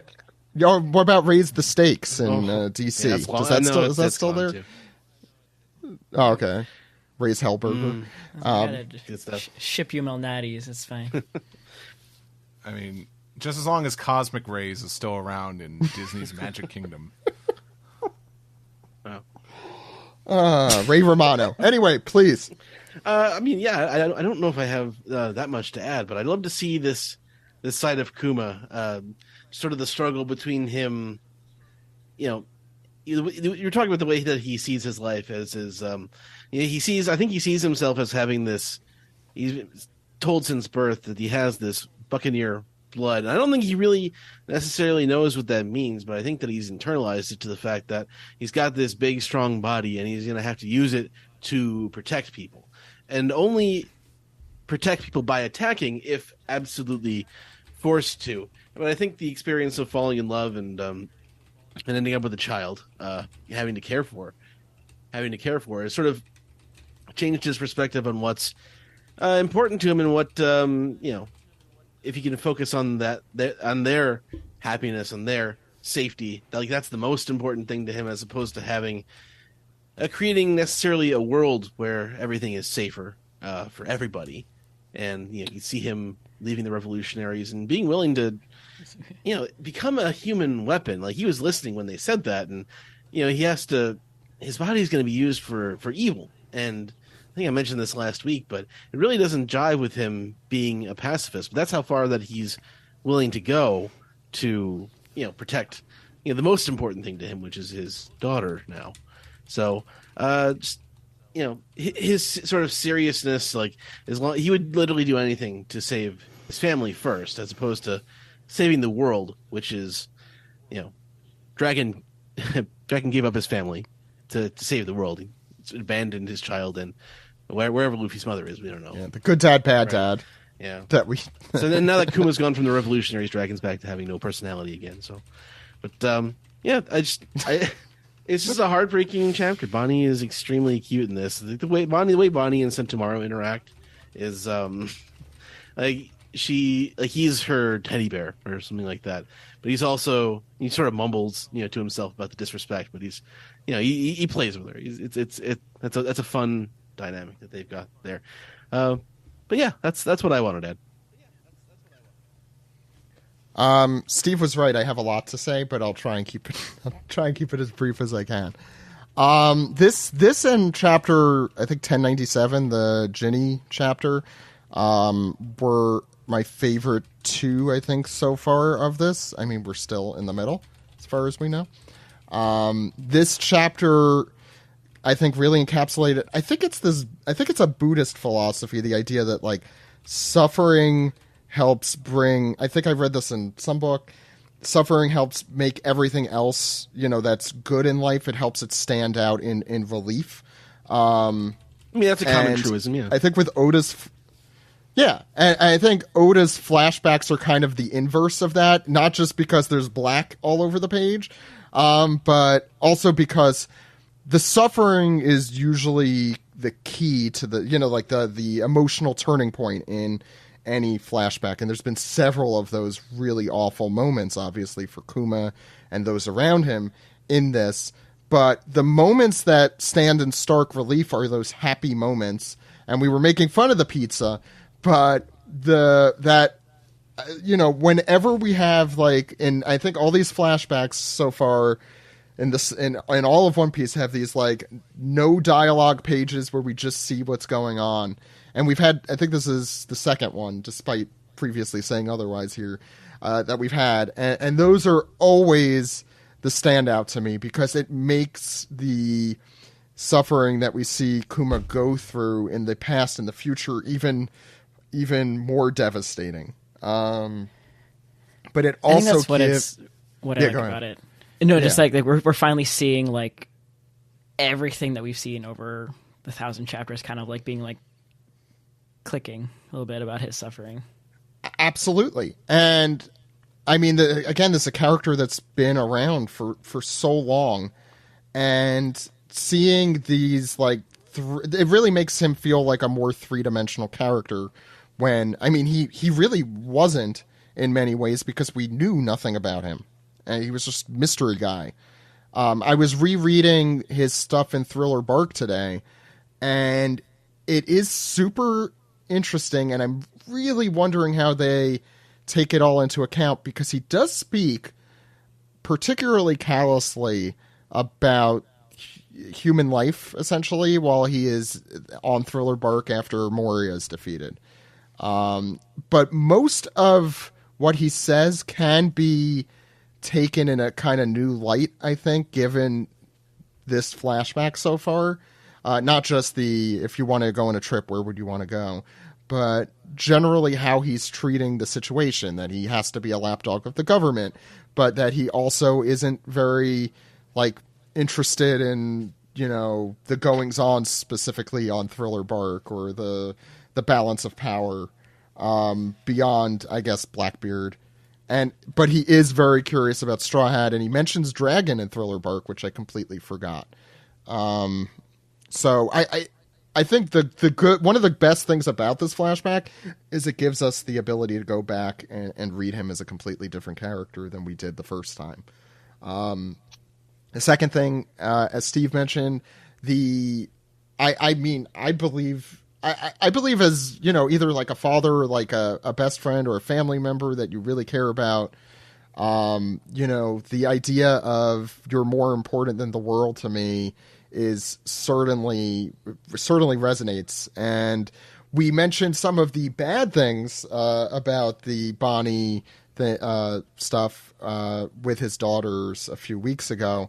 I think this really exemplifies some really good lessons of fatherhood in the worst case scenarios that a father or daughter would have to go through. I think most parents who have a child with either a terminal or somewhat terminal illness would, or, you know, like maybe curable but very low percentage chance, would do literally anything to save their child from that situation. So, like, I think that's why I know what you were getting to, Ben, but, like, for me, I get why he made that choice. Albeit that when you're looking on the outside as a reader, you're like, why would he do this to himself? But I completely also understand why through his head he's like, this is the only decision I can make. No matter what, I have to do this for her. And even more so, we know how she reacts to this. Remember, I don't know if this flashback is her seeing the memory in the Paul room in Egghead, but her reaction, she really seems to like the Straw Hats after, as opposed to before seeing that memory, seems kind of lukewarm or, you know, not super into the Straw Hats and Vegapunk. So I think whatever happens next certainly paints them in a good light. I am super curious how things wrap up.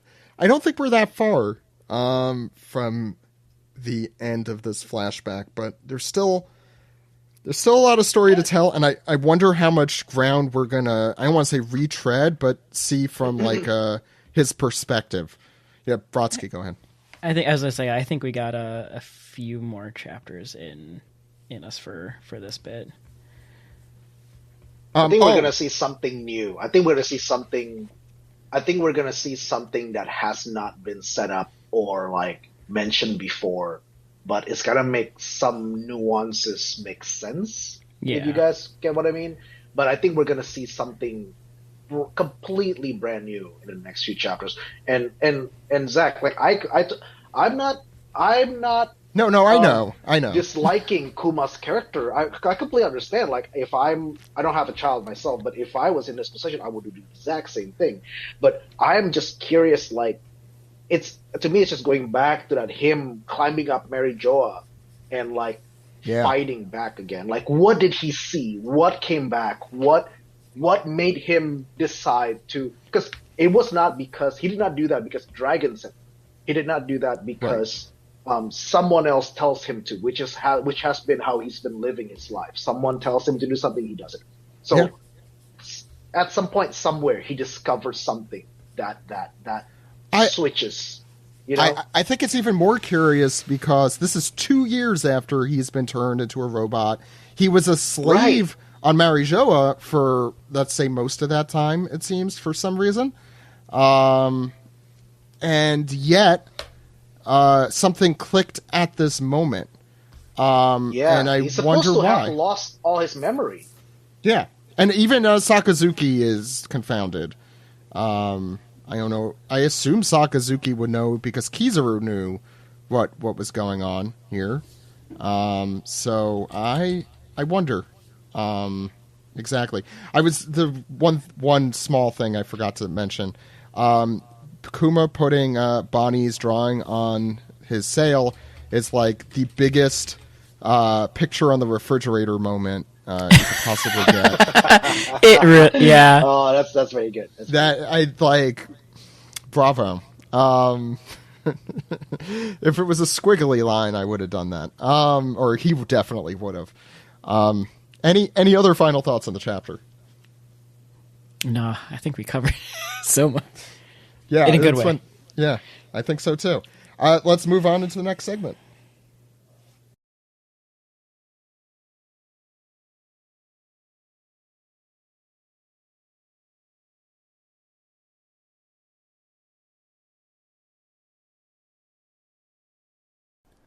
This is a triple anime recap for episodes 1083 through 1085. I'm your host Sam, and today with me we have... Once again, we have Ed.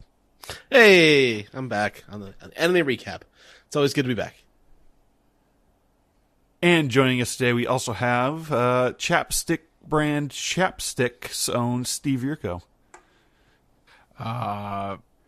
Chat me up in the DMs. We've been a little behind on the anime recaps, so we're kind of breaking our backlog up here. So we're going to be doing 1083 through 1085, and then I believe in a couple weeks we'll do the next batch to catch us up. Let's waste no more time. Let's get ready. Yeah. Episode 1083, The World That Moves On, a New Organization, Cross Guild. And this episode opens up with Kiku and Kinemon going to rush to see Raizo and Shinobu as they have been sapped up by Ryokugyu, and they're just like withered old mummies. But they're being taken care of by Tristan and Miyagi. And we have some scenes of the who? Who looks normal? Raizo and Shinobu. They're odd square-shaped bodies. Now they're like celery sticks. Yeah. And we have a little scene of like Kinemon and Otsuru are they're kind of on different sides of the country right now, but they're thinking about each other. Otsuru's out in Okobore town. But they've already reunited, as we've seen. Yeah, talking to the tiny old woman who was standing in front of Shuten Maru at the beginning of the arc.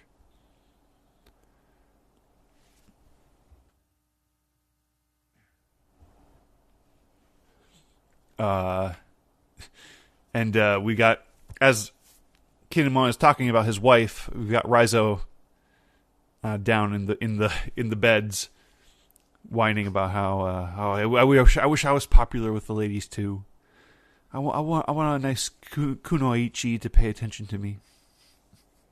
And it's crazy because it's like with Ryokugyu, it like was really dire. It almost seemed like, oh, this guy could be a character killer here, and then but like they're fine. They're all yucking it up, and it's it's kind of just funny. It's almost like they're kind of forgetting that like Raizo is ain't doing so hot. Yeah, Ryokugyu, he's no Mahito.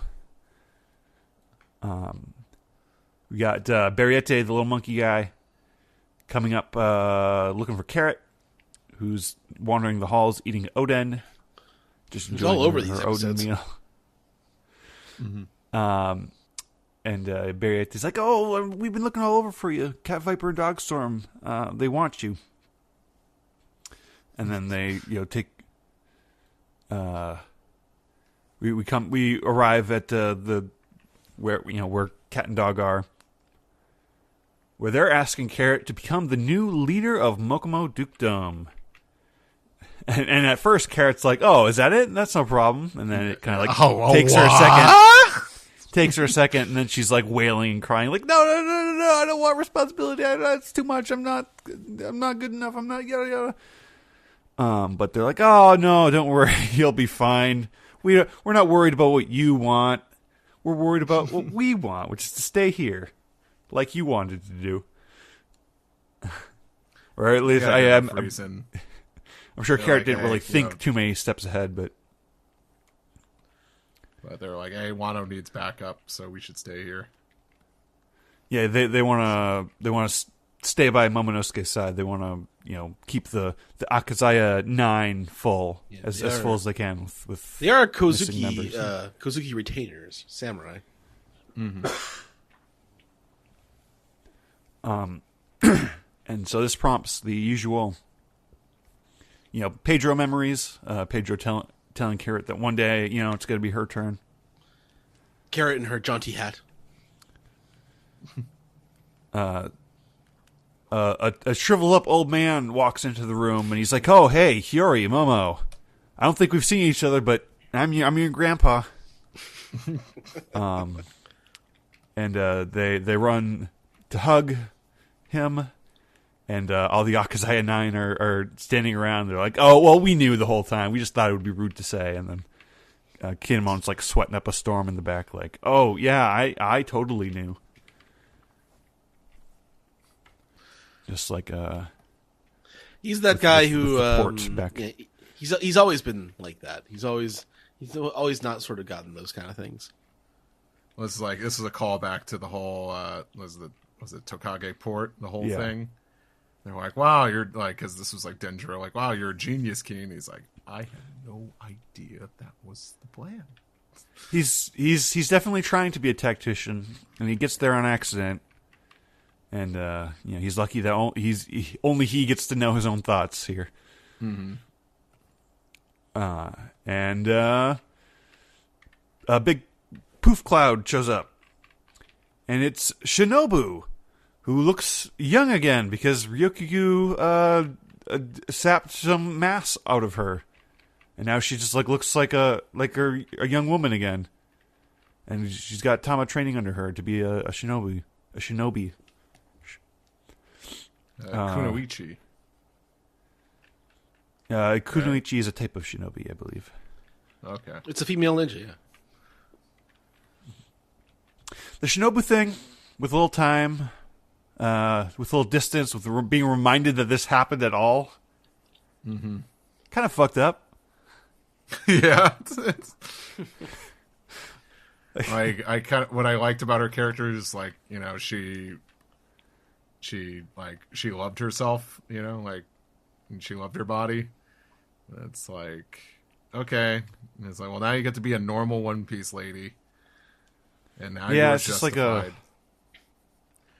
Like the joke before was that she was just very unfazed by other people's perceptions of her.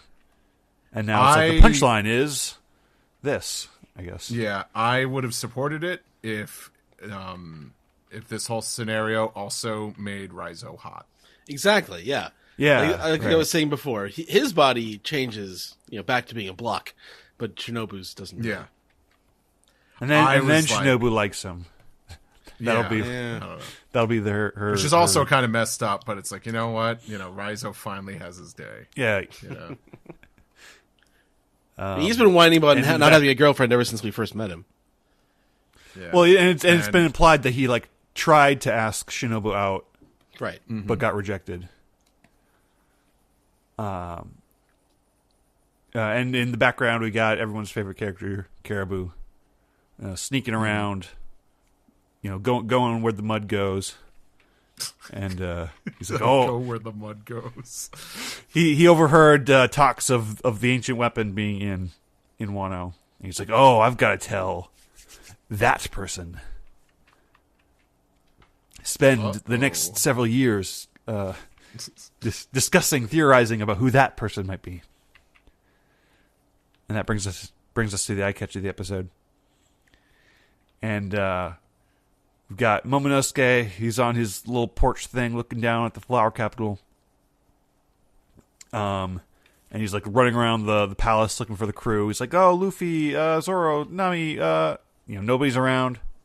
He does find Hiyori teaching Toko how to play the shamisen, which is adorable. And it turns out that the Straw Hats might have said goodbye to everybody but Momonosuke and Kinemon. And we got Yamato hanging out on the roof contemplating his next move, whether or not he's going to join the Straw Hats or not. Even though he said like a few episodes ago that he wanted to. Back at the port, we have the captains, Luffy, Law, and Kid, arguing about which direction of the log pose that they will each take. Because we have the three-pronged log pose now in the New World. And one's pointing northeast, one's pointing east, and one's pointing southeast. And they're like kind of debating amongst each other what they want. And Law is basically like, "Oh, you guys want the middle, huh?" Like he's like, "Oh, you guys bottom like that, huh?" And then they're like, "Yeah." He's like, "Well, I'm obviously taking northeast because that like clearly gets you furthest along the Grand Line here." Which doesn't make any sense because who knows where you're going? Who knows where you're going from the next island after that? Just true. And so they draw. Kid and Luffy draw straws between them, so 2 straws. And Kid gets east, and Luffy goes southeast. And Luffy is whining that, like, "Oh, I'm an emperor, but I lost a raffle." And then Law's like, "Well, that's what you get for not just staking claim on the good one first." This prompts us to talk about another thing that's going on in the newspaper related to emperors. Emperor Buggy is the leader of an organization called Cross Guild, where he has Sir Crocodile and Dracula Mihawk working underneath him. And so they got this like mega pirate band, criminal mafia Team Rocket organization going. And they have basically a business where they set bounties on Marines, and they give them like star ratings, and the stars are like 100 million each. And Buggy's on top. I think it's like almost exactly like Doflamingo's star system in Dressrosa. Mm-hmm. Yeah. And Kid just like plops a rolled up copy of the road poneglyph on Kid's lap. It's like, "Hey, here. I'd feel like I was cheating if I didn't give you this. We all fought on the roof. Don't look at me, gross." Baka. And Kid and Killer are like, oh, awesome. Now we just gotta find the man with the burn scar. And Luffy is wondering what that could mean, and Law is walking away looking pensive. It is unclear if he has opinions on the man with the burn scar or not. And Kid is like an older brother or like a boy. He's like, "You don't know about the man with the burn scar?" And Yamato is stealing his resolve on the roof. He's like, "All right, I'm going to do it. I'm going to live my life like Odin." And he stands up and he's getting ready for the next episode.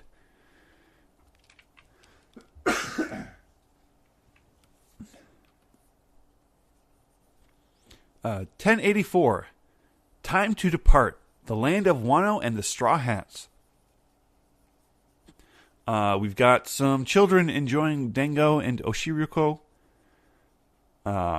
Luffy is hanging up on the top of the mountain where the palace used to be at the beginning of Wano when Kaido blew it up, and now it's just a crater. Like, I don't know why. Like this scene.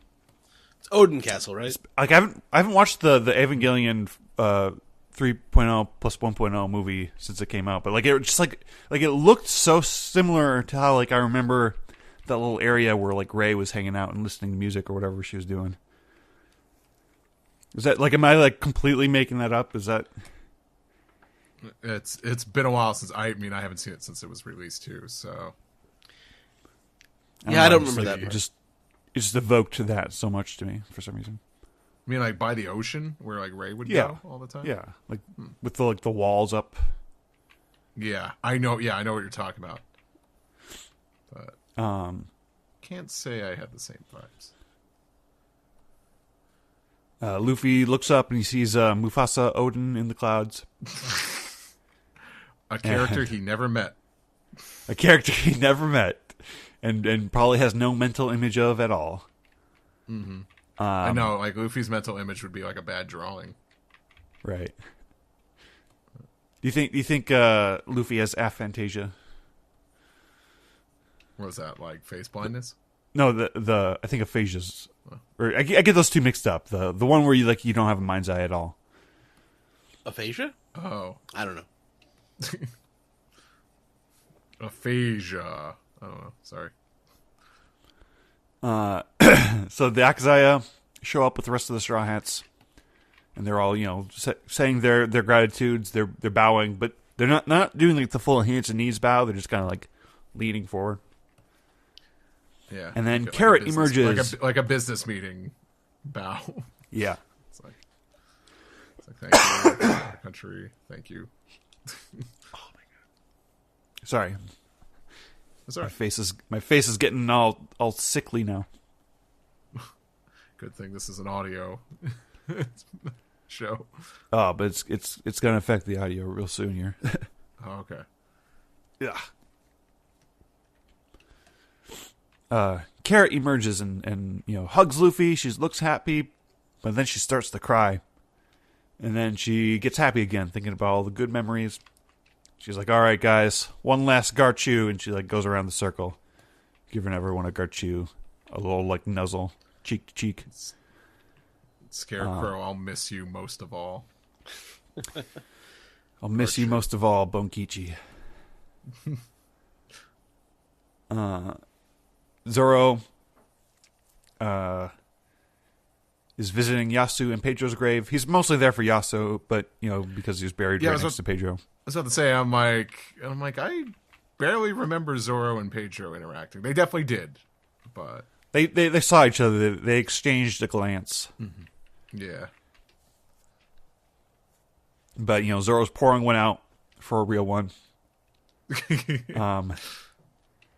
And Hiyori and Toko arrive.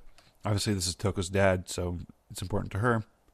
And Hiyori and Zoro are kind of they're sat cross-legged in front of the grave, and they're talking about Enma. They're talking about Hiyori's like, "Oh, I'll miss you," and then Zoro, oh my god, doesn't give her a look. He doesn't say anything. Nope. He just takes a drink of his sake. He's like, "Uh huh." I'm not giving you that. So I'm not giving you that sword back. And then, I'm not giving you this sword either. Well, this is what makes it seem so cruel. Is like, she's like, "I'll miss you," and then Zoro just like has no response at all. He's like, if I say nothing, then maybe she won't ask another question. And then she's like, I guess I'm saying goodbye to Enma too then. And then he's like, yeah, probably. I'm not giving it back. You said I could have it. He'll be back. He'll be back. Like, he's just being so terse. He's being so like I'm not going to say out one word more than I have to. Yeah, to get out of this. It's interesting. I've been thinking about this more because I watched the Samurai trilogy, the Musashi Miyamoto movies recently. Uh-huh. It's just like he has to pretend like that he's not interested at all because it would interfere with his mission of becoming the world's greatest swordsman, which is kind of that's the Musashi Miyamoto. Like he accepts love at the end of the third movie. Like it takes him that long to sort of once he's achieved everything. But I don't know. He is definitely being very stoic about it right now. And that brings us to the eye catch of the episode. We come back. We've got Frankie saying goodbye to Minatomo. They're having their kind of tough guy, holding back the tears kind of goodbye. Usopp is dressing up at the tailor. He's exchanging opinions with the tailor about what kind of color kimono he should be wearing, and we have Sanji finishing up his Kosoba shop duties, and he has a final scene with Some, the pink-haired girl, the escort lady from Onigashima, and Chuji, and Chuji, and she's like getting all bashful, while like Sanji's she's head over heels over Sanji, and Sanji's focused on the mouse. he's an And idiot. Some, the girl, she's like, like about to say something, and then Robin cockblocks her.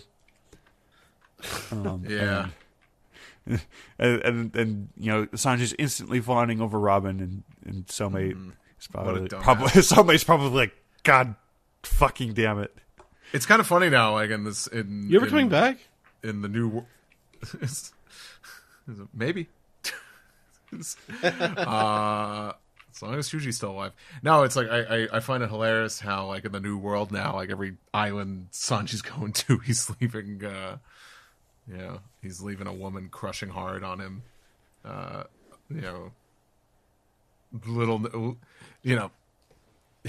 Completely unaware. It's like, man, you're getting what you say you wanted, but.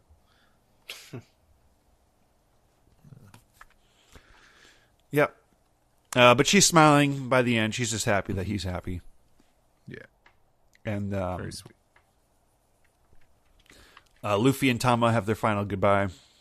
Tama's eating her food that Luffy fought very hard to make sure she could have. She's got her little like ninja outfit on. And they have their and it's a nice, pretty sunset kind of scene. Golden hour. Tokage Port, everyone's packing up still. Chopper has made something for Beppo, and Beppo's like, "Oh, you did it! You made it!" And Chopper is warning him, like, "It might not work for you the same way it works for me, and it's left up to your imagination what this could be about." It's an artificial moon, so And, you can do the Sulong.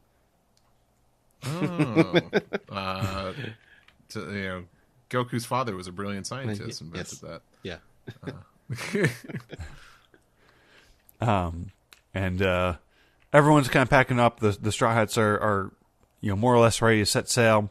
But Luffy's kind of standing with his feet on the ground, like, "Oh no, don't worry, I know he'll come." Dun dun dun. To be continued. Episode 1085, The Last Curtain. Luffy and Momonosuke's Vow. And we have a man with glasses, and we have a green-haired Robin putting on a Rakugo show. And in the crowd, I love these kids in the crowd who are like wearing like Komurasaki and Denjiro hats. Oh, one of them had like Dogstorm and Cat Viper fans. I think there were masks. Yeah. I was looking out for the foam fingers. One kid was wearing a fake Denjiro pompadour. Yeah, and next to him is Great. the like a girl wearing like the Komurasaki hair like on top of her own hair. I love the panels, just like the ukiyo-e style, like Akazaya panels at the beginning of the. in the performance. market? Yeah. That was great.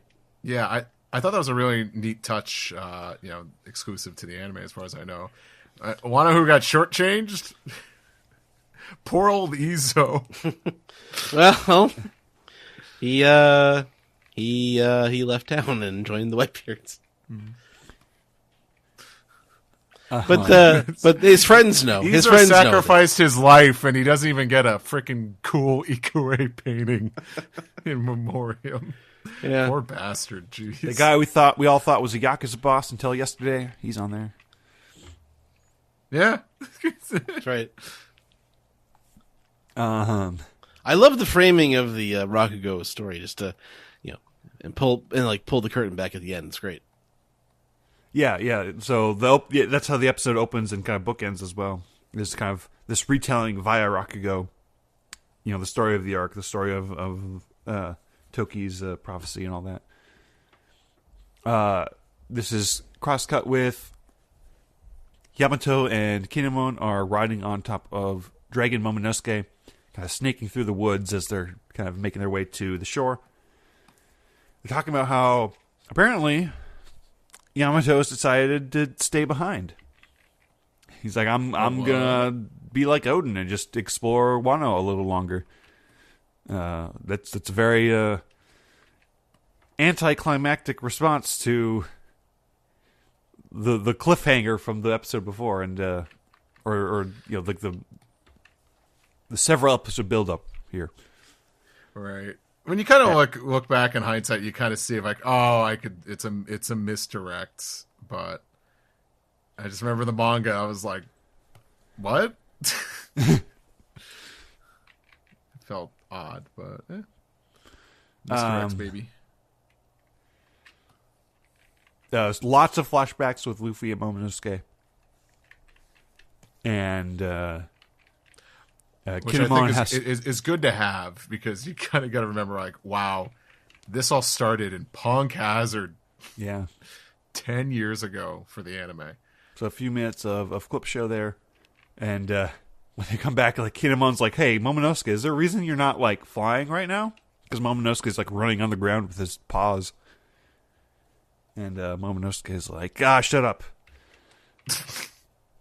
So if the animators really wanted to flex and show that they could do a run cycle for me. It looked cool. Like, it did. It did look good.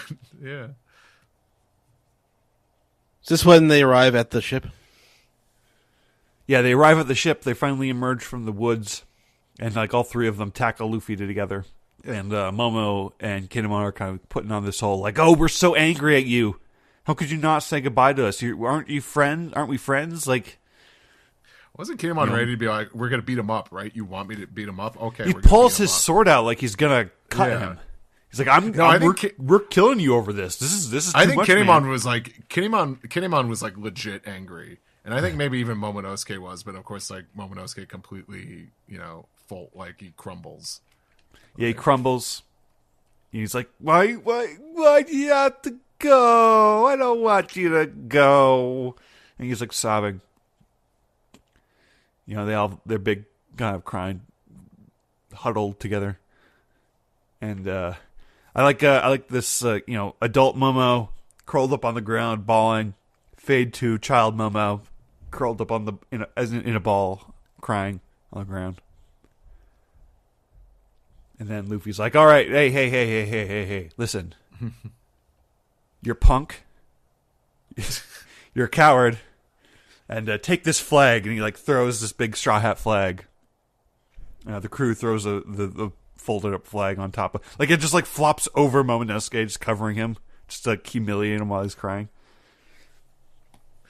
And it's a big straw hat flag. He's giving it to Momonosuke to fly... And use the Emperor's name as protection when they're ready for it. Similar to what Luffy was saying he would do for Fishman Island. And Luffy says, "I think of you as a little brother," which that kind of cuts. Yeah, that was way more. It just has more kick to it than I thought it did. I imagined it would have. Well, because when you think about it, Luffy's always been the little brother. So Luffy's always been the little brother, and that's the relationship he's definitely formed with Otama. Mm-hmm. But it also kind of makes the constant the weird bullying he does of Momonosuke a lot more endearing suddenly. Mm-hmm. It was just sort of a. I got what it was going for before, but now it's okay, that almost makes all of it completely work in a whole new light for me. Mm-hmm. And then we have a rendition of Over the Top played on a plastic children's keyboard. This is the We Are had this too. It's the karaoke version. Sounds like it, yeah. It's the same instrumental for Over the Top, but it just has that little synth thing. That's what you sing along with. It's the melody of the lyrics. We Are had this, and I think it probably is. I think it's played in the anime once before. I don't remember this version playing. Maybe it did, but. I mean, this is the first time we're hearing this for Over the Top. Oh, but, right. For We Are, I mean, I think that's definitely appeared in the anime somewhere before. So, and they set sail. They're saying their goodbyes. They're having their moments, And as they're watching the crew sail away, Momonosuke's talking to Kinemon. He's like, you know what, Kin, I'm gonna surpass Odin. And then Kinemon's like, I'll see you through with it. And then Yamato's just gotta be like, you talking about me? You talking about me? No, we're not. Like, shut up. No, my father is also named Odin. You might be that my brings us Odin, to but you're the- not my daddy. Damn. That is a great episode title. That's good. That's funny. That brings us to the eye catch of the episode. And they're talking about how... so now the Straw Hats are trying to get out of Wano now because, we're on an elevated mountain, basically, where the water sits on top of. And so Hakumai Port has the lever system that they're looking for. So they start planning to go in that direction. But then you got Law and Kid's crews kind of flanking them on each side. And They Kid's start like going, mocking them, like, "Oh, you're gonna, yeah, you guys are gonna take the safe route, huh? You guys are gonna take a lift down to the ocean? You don't want to ride the waterfalls like a Chad? You chicken? And so that inspires the competitive nature in both Luffy and Law, and the fact that you see Law like hurriedly like swinging the steering wheel around, like getting like kind of like very emotive over it in a way that is uncharacteristic for Law. It's very funny. Yeah, the Straw Hats are trying to That's drag cool. Luffy, and It's Beppo was trying to confidence reason with him. Yeah. Like the only people that are heated in this rivalry are the captains. Like the rest of the crew is like, what? They're cool. Yeah. Let go. And then yes, we wrap the episode up by returning to the Rakugo performance, and appropriately, the performer is using this time to talk about alluding to Luffy, Law, and Kid and their role in the fight, and like how they were these brave warriors who are helping everybody. And then that sort of it kind of goes on for a while. It's like a full long dedicated. Yeah, sequence. there's a lot about Hiyori and Orochi as well. So Right, yes. And then it connects to the death of Orochi and Hiyori's final moments and retelling kind of that moment that we saw in the castle. Although, so in the manga, was I remembering incorrectly? Like, I thought Hiyori, like, was a part of this performance in front of the crowd here when she was doing the Kurozumi. Yeah, was that's meant what to I burn. thought too. well, it's the same haircut, but this woman has darker green hair. Who's playing the shamisen? Well, yeah, the shamisen lady, but then, like, I remembered, dropping the Kurozumi is meant to be burned line and doing the pose with the fan. Like, I thought Hiyori was like doing that live with the Rakugo people. But in here it's like it's recreating the scene as it happened in the room between Hiyori and Orochi, and then meanwhile Hiyori and Toko are like in another room practicing shamisen together. And Hiyori just like has a peaceful look on her face, like, "Yep, I said that badass thing, and now I'm chill." And the Rakugo, is there a name for a Rakugo performer specifically? Is there like Rakugo Ka, right? Yeah.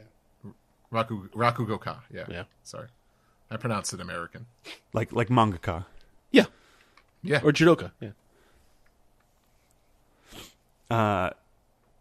And he's saying like, "Oh, this is the story of the legendary warrior's comeback." Talking about the Yakuzaya, and like we get the group shot of adult Momo surrounded by his vassals. Everyone's looking happy. Everyone's looking satisfied. And then we come back into like the real present of Momo, Yamato, and Kinemon walking back to the castle. Momo's walking with this kind of swagger to his animation as he's like looking up at the castle, like, "Oh, where should I put that flag?" And then the final curtain closing, the classic Wano curtains, they close. We pull out the end to be continued. So, What'd you think of these episodes, Steve, Ed? Well, I particularly enjoyed I particularly enjoyed the third one. I love having that Rakugo framing. I don't think it was Rakugo at the opening of Wano with the first curtain, but there was like the shamisen playing. But I think retelling the story in a Rakugo format, I think that's something that I don't know, I think it's something that Oda's gotten more interested in Rakugo as like part of like his research into the sort of the Wano thing, but also it's something he's gotten into like in a modern way as well. But as for the first two episodes, I really thought that they were sort of, they were more straightforward episodes that didn't have the artistic flourish of the third episode. I particularly liked in the third episode the way they visualized the Hiyori or Orochi showdown. That I did like that Zoro and Hiyori got their sort of quiet moment, even when Zoro was being his sort of stoic, non-caring self at the time. That was a quiet moment, and I like that they had that in front of the grave there. But these were some fun episodes. But I particularly enjoyed the third one. It was doing something interesting with the format.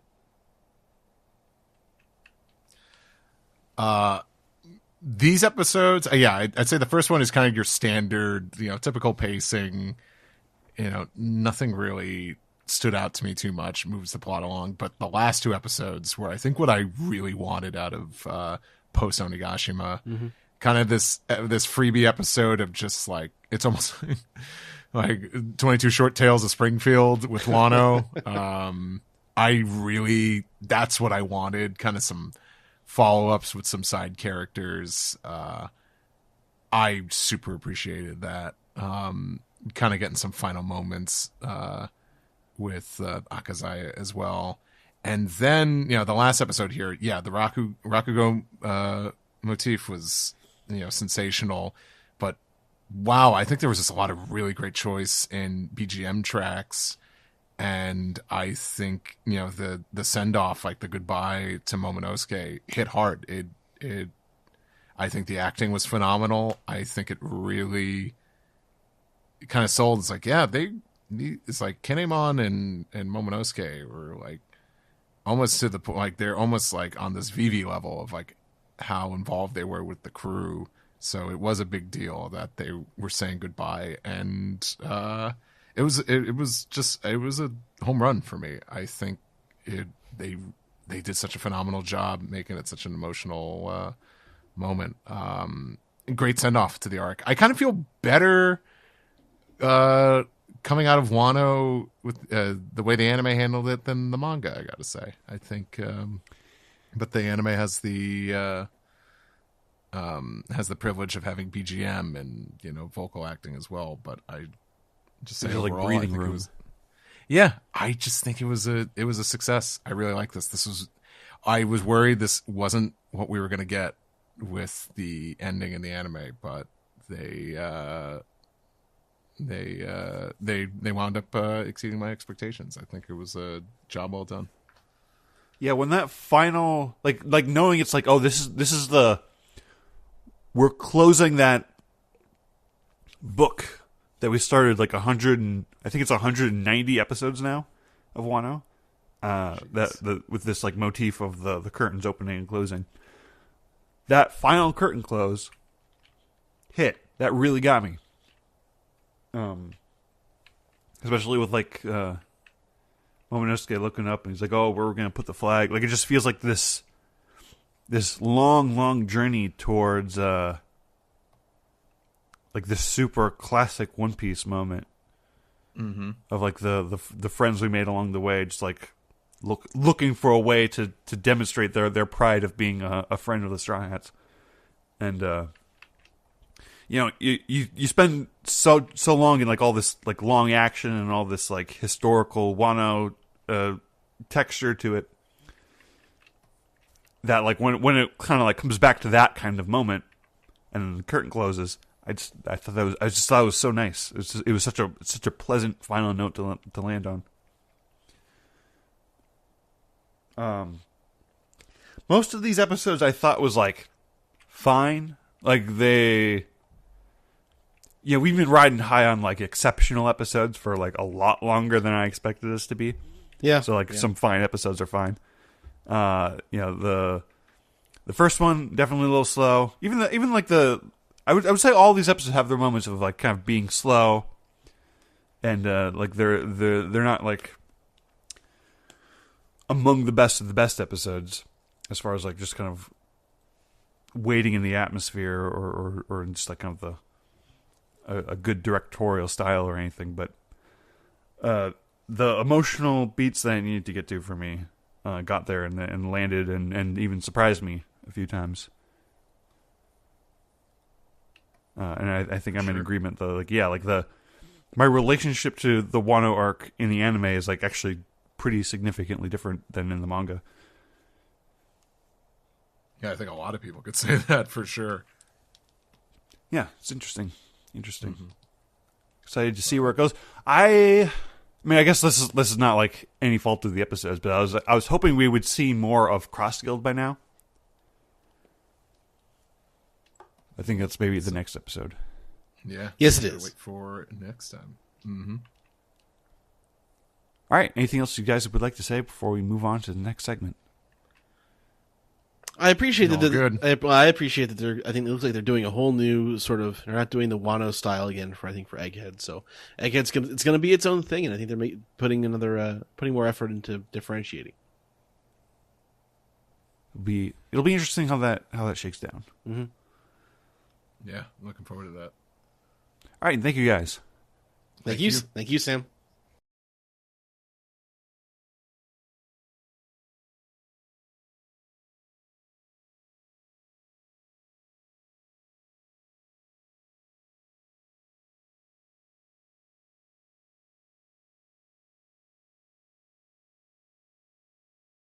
This is the Piece Together segment where we take your questions, comments, theories, and decide whether to tink-tunk or tink-tank-tunk. That didn't work as well as I thought. But whatever, Ed, the first segment is called... Zach, that is This Piece. This piece is from all our lovely patrons out there, so if you too would like to be part of the Dis Piece segment, where we read your questions every week, just subscribe on Patreon. First one comes from Wisdom Pythagoras, who says, "Hey, OPP, I'm here to start the Dis Piece." I've always wanted to do that, LOL. What an amazing chapter. I'm sorry, it started already. It's like the inverse of the SBS joke, by the way, where I've already started. You can't make me start ahead. Anyway, what an amazing chapter. What do you think of the warlord that Ace took out being Burn Scar? It would fit the criteria of him having a burn from Ace's fire abilities, as well as being a former government affiliate. Thanks, OPP. It does check off two boxes there. But it raises the biggest question of all. How did it get burned? How did it get burned? How to get burned? How did it get... Thank you. Next question. 38 NLs on the moon says, "Hey, OPP, I keep forgetting to send in this fun piece of mythological trivia, so I'm hurrying before Bonney gets cursed and it becomes no longer relevant. Credit to JG Frankie on TikTok for finding it. I got their permission to pass it along." It's like a Matryoshka doll of a piece together. There's a myth about an Ushioni who was shot by a lord, and the demon retaliated by cursing the lord's wife with an incurable illness. And it just so happens that the blue sapphire is the gemstone often chosen to represent the planet Saturn, which begs the question now of whether Saturn was playing the long con and hoping Kuma would eventually visit Vegapunk for the only existing cure. I mean, was Saturn the one who coveted the Buccaneer blood? Or is that coveted? I don't think he was going to kill him. Well, yeah, that's true. But he was interested in it. I guess he's the technology god. So I guess that makes sense. I'll say to this that the most curious part, and there were a lot of other issues with this chapter, so I don't know if we talked about it, was the fact, for me, Ginny getting the disease in the first place may have had... it seemed like there might have been more to meet the eye there. It could have just been that she was fridged, or it could have been something like this, where there's a reason why she had that illness, and it was on purpose, or it was specific, there was a story reason for it beyond just she had to die here. There's like it feels like it kind of came out of nowhere, but I feel like we still have time for it to be explained to the disease. But yeah, hopefully it is.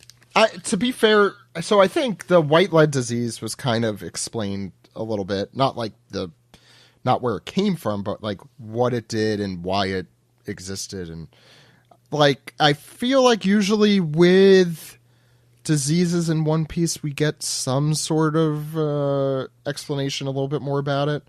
I don't know though. It's really possible to go either way. That like we never hear about it again, or it's something like this. Maybe Saturn was doing experiments. He's a scientist too. I don't know. Yeah, I mean, he's also a celestial dragon, so he could have been the one in the first place. He could be Bonnie's father. It could really be anyone. Anyway, Bartholomew Crampa says, "Ahoy OPP banger chapter as always, and thanks for the nickname from last week." I don't remember what that was, and I don't think it was me.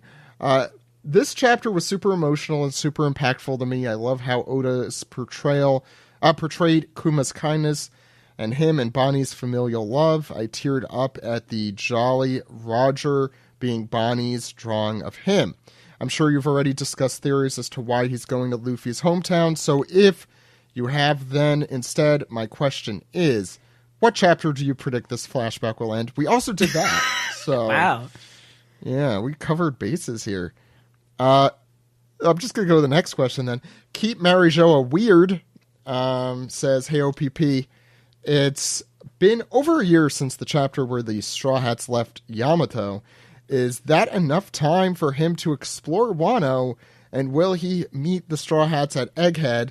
I do want to remind listeners out there that even though it's been over a year in our time, it's not been that long in their time. But anyway, what, or 2 weeks, will maybe? Yamato? Yeah, maybe. Like at most a month. I no way. It's it been has short to be, time. I feel like it's only been a few days. I feel like.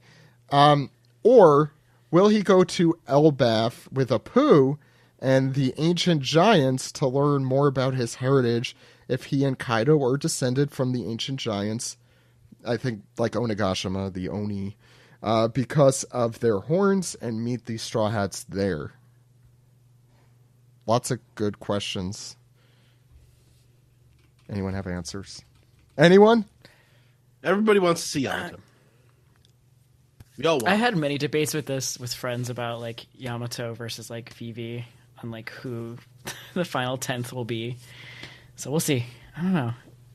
Yeah, in our time it's been a year, but it's not been that long. Yamato still has a lot to do, I think, on Wano. Yeah, there's a lot of fun stuff. A lot of good I mean, I always love restaurants to seeing hit up. him. That's it's not me saying I don't want to see him. I do love Yamato, but we got. I think we discussed at the end of Wano that a lot of these characters, Vivi as the exception to this, will probably start coming into play when we're like really getting to the end game stuff. They'll show up again, obviously. Sorry.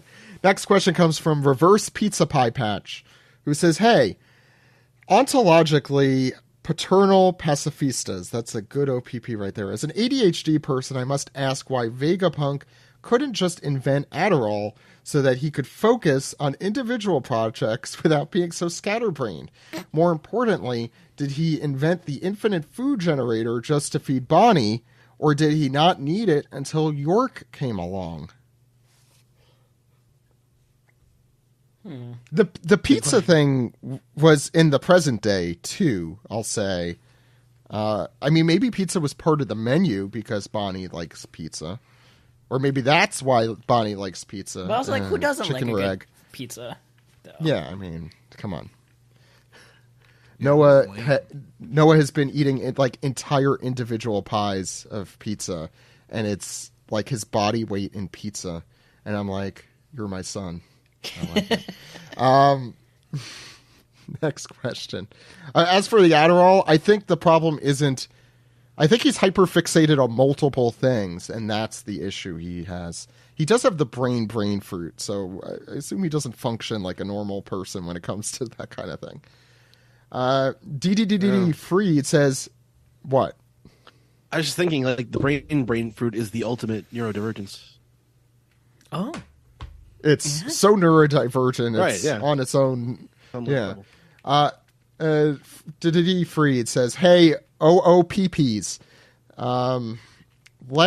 Sorry, I'm not going to be a 2-year-old. Oops. Last time I wrote to Dispiece, I asked about the banal evil of King Bakori gerrymandering sorbet. Now this chapter shows us the evil of another modern bureaucratic hellscape. Medical insurance arbitration. I actually did mean to mention that, but I assume it's going to be happening here.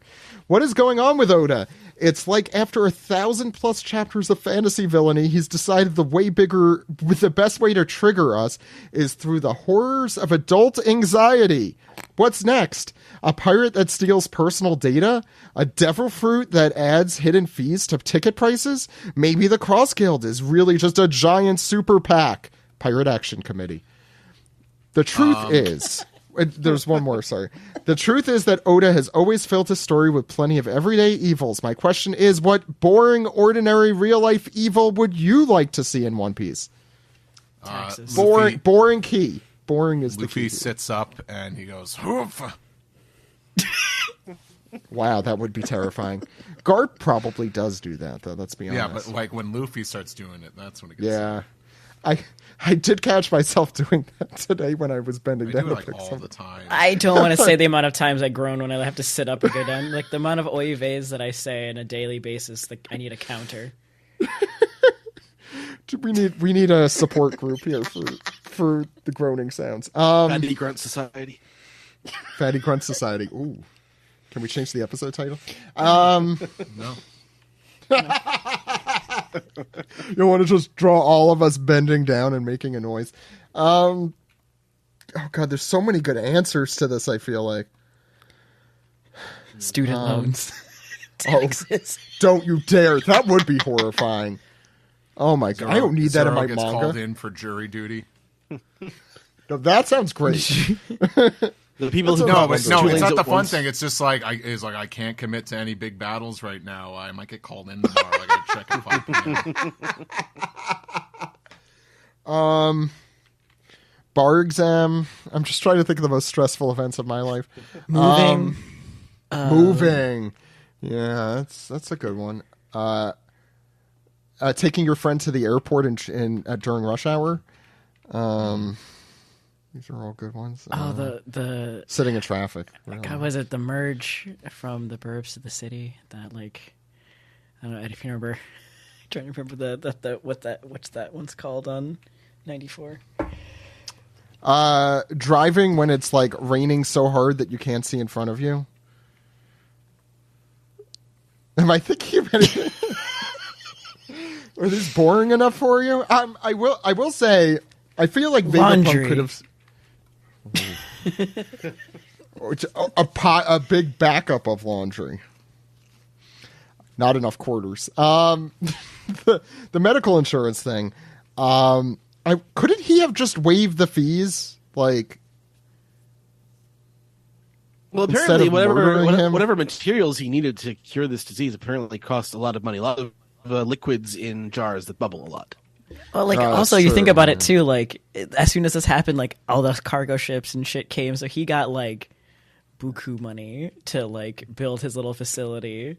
Thanks to that, We just gotta skim off. Yeah, I understand why he wanted the money, but couldn't he have like given a discount or something so that Kuma didn't have to give up his mortal soul? listen, he's being watched. You can't like. He's got the eyes Navy on owns him. There's his the ass. Chicago accent right there.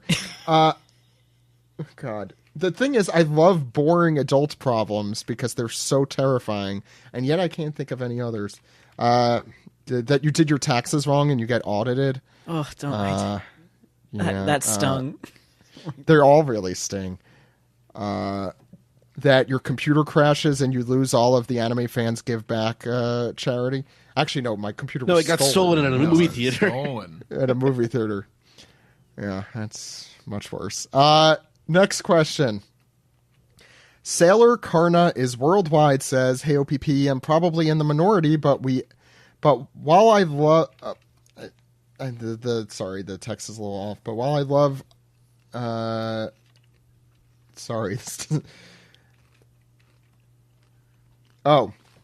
me rephrase it. I think there was just a typo. I'm probably in the minority, but even though I love the visuals for the Egghead arc, I wonder why Robin and Nami don't have a jumpsuit.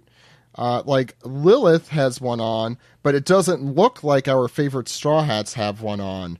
I know fan service is going to be fan service, but come on. Here's the thing with that. Brodsky, this is the Oda has said in the not even cosplay. Oda has said in the last one that he wanted to draw butts more. So, butts. Coward. Not enough boy butts. That is true. The men are all flat, which is very sad. Killer can't carry the entire. Steve had to carry that one. for everyone. The Speedo Zoro, but it's just like. What was that noise? It's Oda. I can't really He wants to draw butts. Let him draw butts. Sex sells, Morty. Sex sells what? In this case, like a bunch of figures and creepy ones, oddly proportioned. I just find it weird. It's like, wow, I can't believe there's an arc where Frankie is the one wearing pants.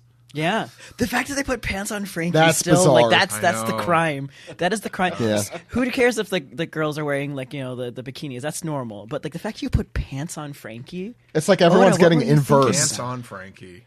And that's what it is. It's like you're going to wear opposite clothing. It'll cover all the parts you normally don't cover. We're not even going to talk about the fact that it's Sanji and him are wearing, was it a Hawaiian shirt, hoodie? Yeah. I kind of want. I don't get it. I mean, they're great, but I don't get the choices. But you put pants on Frankie, Oda. Pants on Frankie. I think I said earlier in this arc that these are probably like my least favorite collective outfits we've seen in the series. I do like Luffy's and Brooks and a few others. The 15th anniversary anime ones are non-canon, so I guess we don't have to. Yeah. To be fair, those top by far.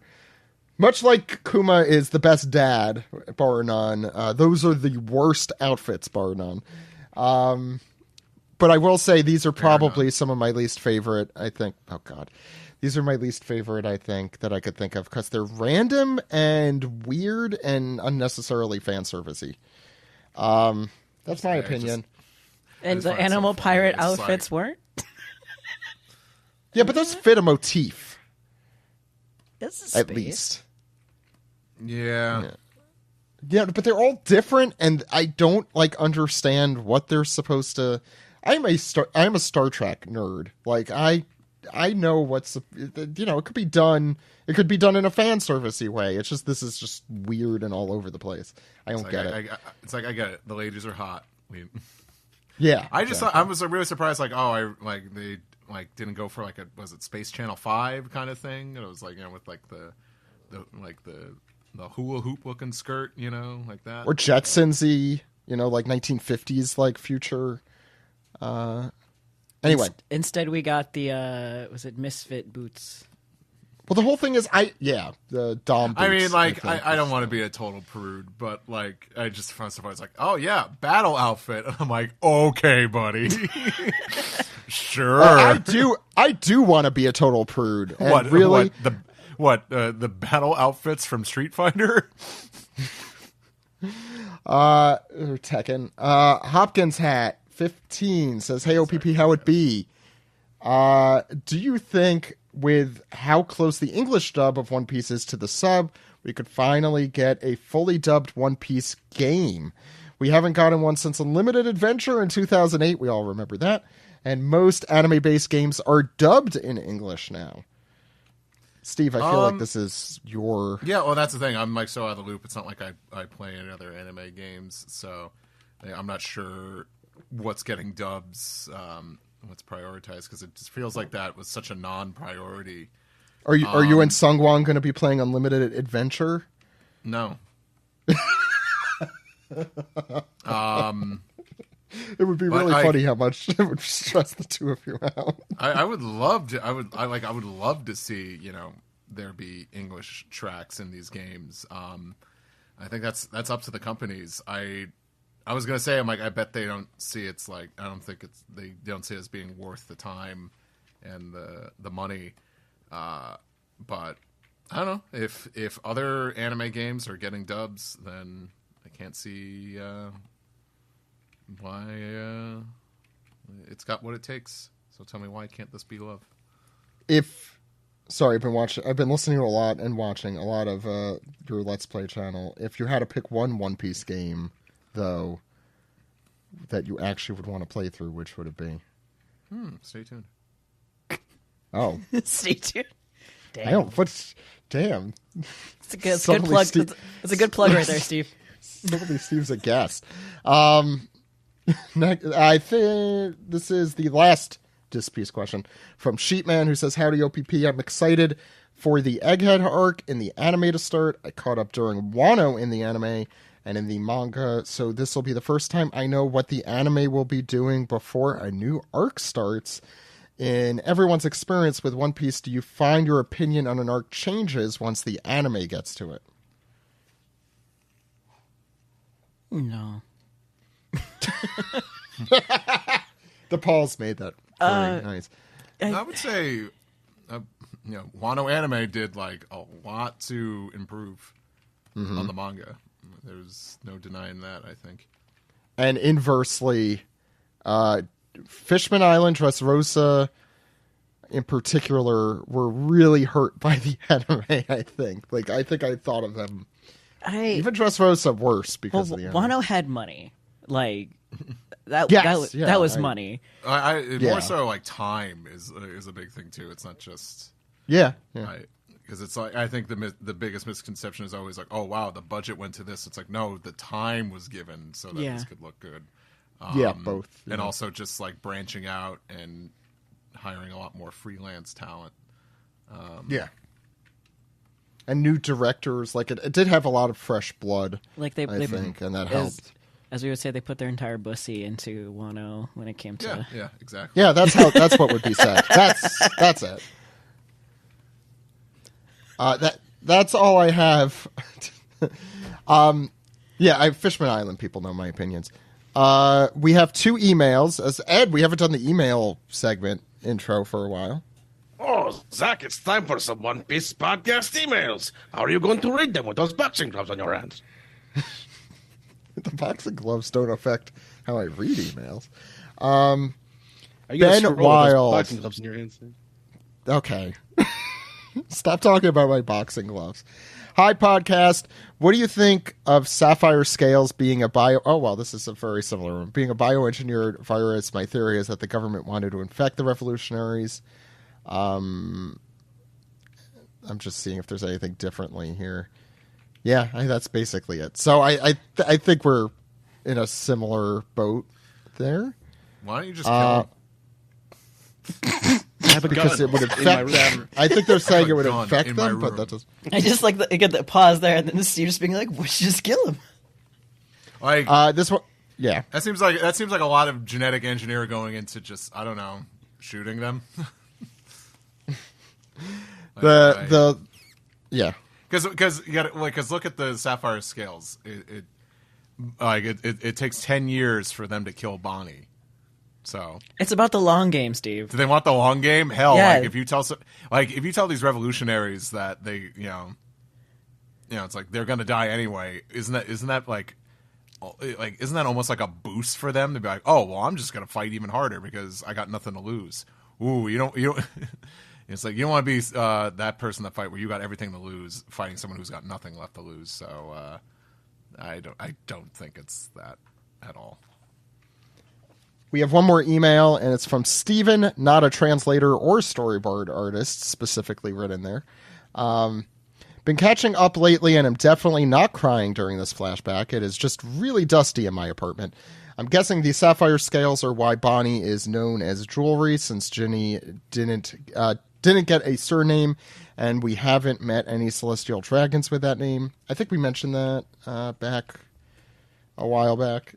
Anyway, I was wondering why we didn't see Kuma get away from Saturn in the flashback. He clearly didn't just poof himself away to another island, since he saved so many others, and they met shortly after he ate the fruit.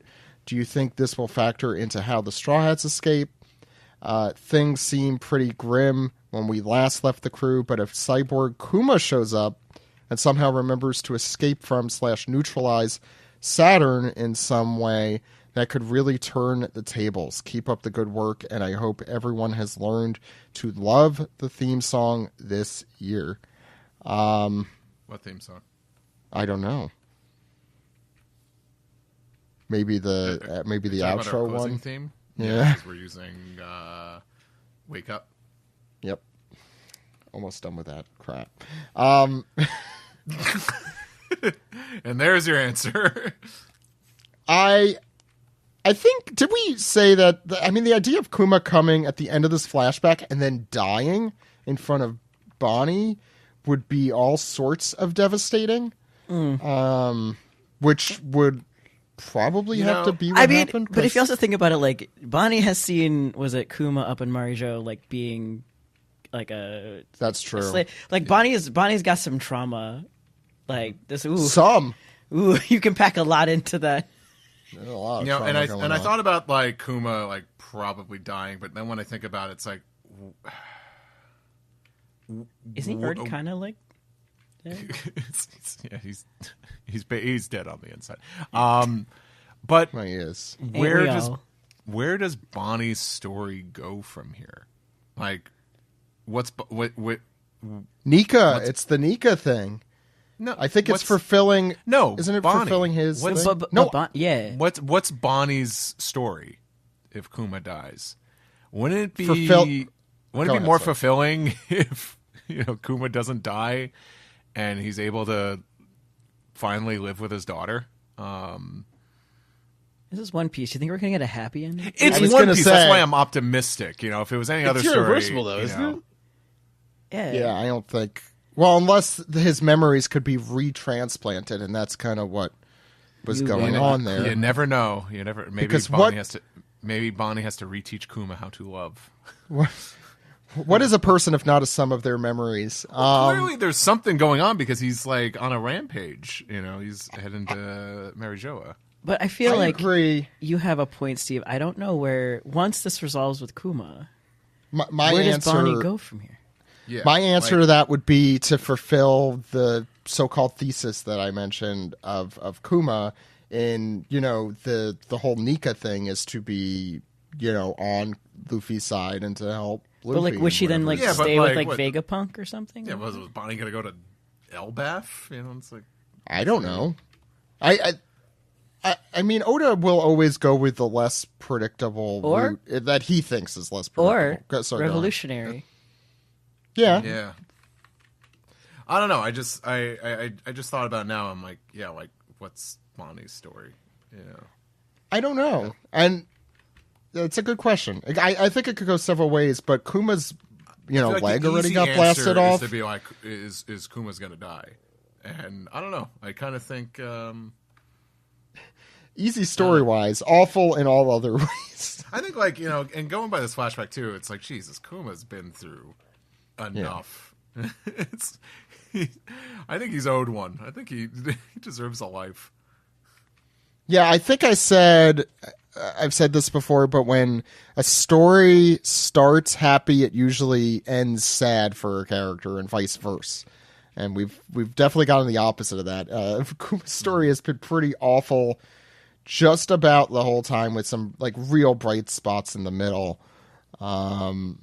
But yeah, I don't know. That's a good point. I don't know. I don't know. It's possible to be satisfied, I think, either way. It just really depends how Maybe, hey, Oda who knows? handles Maybe it. it's like, it's reuniting with Bonnie is like the one thing that'll, like, because remember, like, Kuma's mind was apparently already gone at Marineford, but he still protected the Sunny. So I think there's a few other last minute things here. I think the fact that he had a memory room with his paw is why was that there? The virgin answer is just to assume that he's going to die. The Chad answer is to think he's going to live. That's my opinion. Sorry, I'm just thinking of your drawing of Momonosuke. Yeah. That's it for emails. Ed, do we have Reddit? Yes, we have a couple of Reddit questions.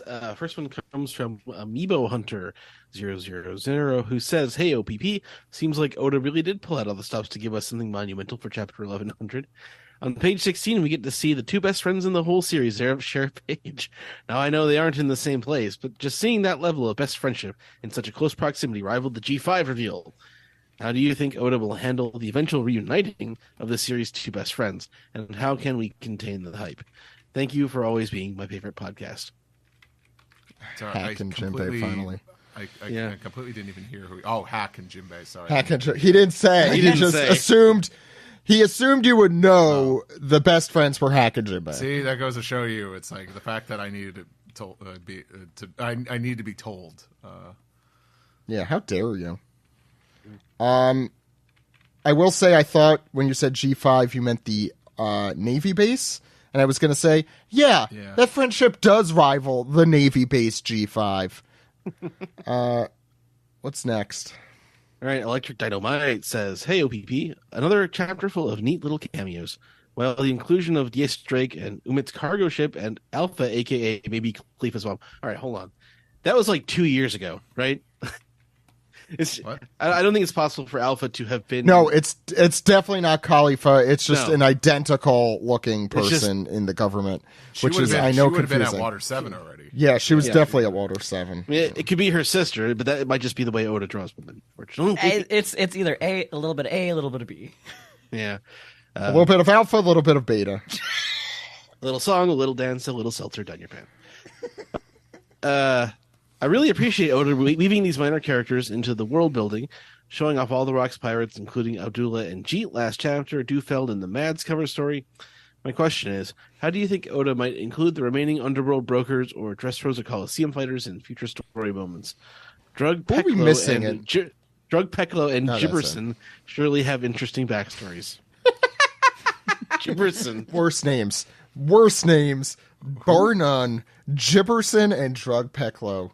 Awful names. Who are you talking But I'm sure they'll come back. I mean, most of You the know, Drug Coliseum Peklo and people, Gibberson. yeah, most of the Coliseum people are in the Grand Fleet, except for the Funk Brothers, and yeah, screw them. Oh, it's Gibbert. Is it Gibberson or Gibberson? It can go either way.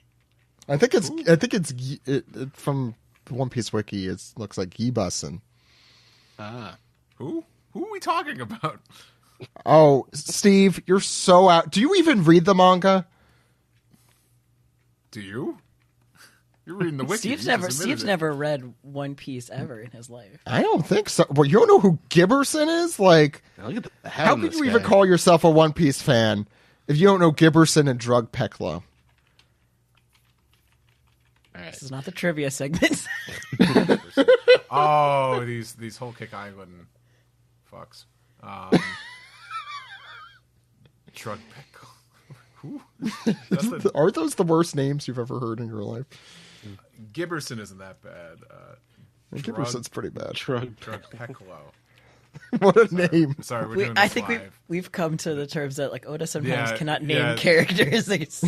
Drug Peklo, aka he the was courageous just- lion here. You know, You know, Drug Peklo sounds like someone in Bleach. Like, that's a Bleach name.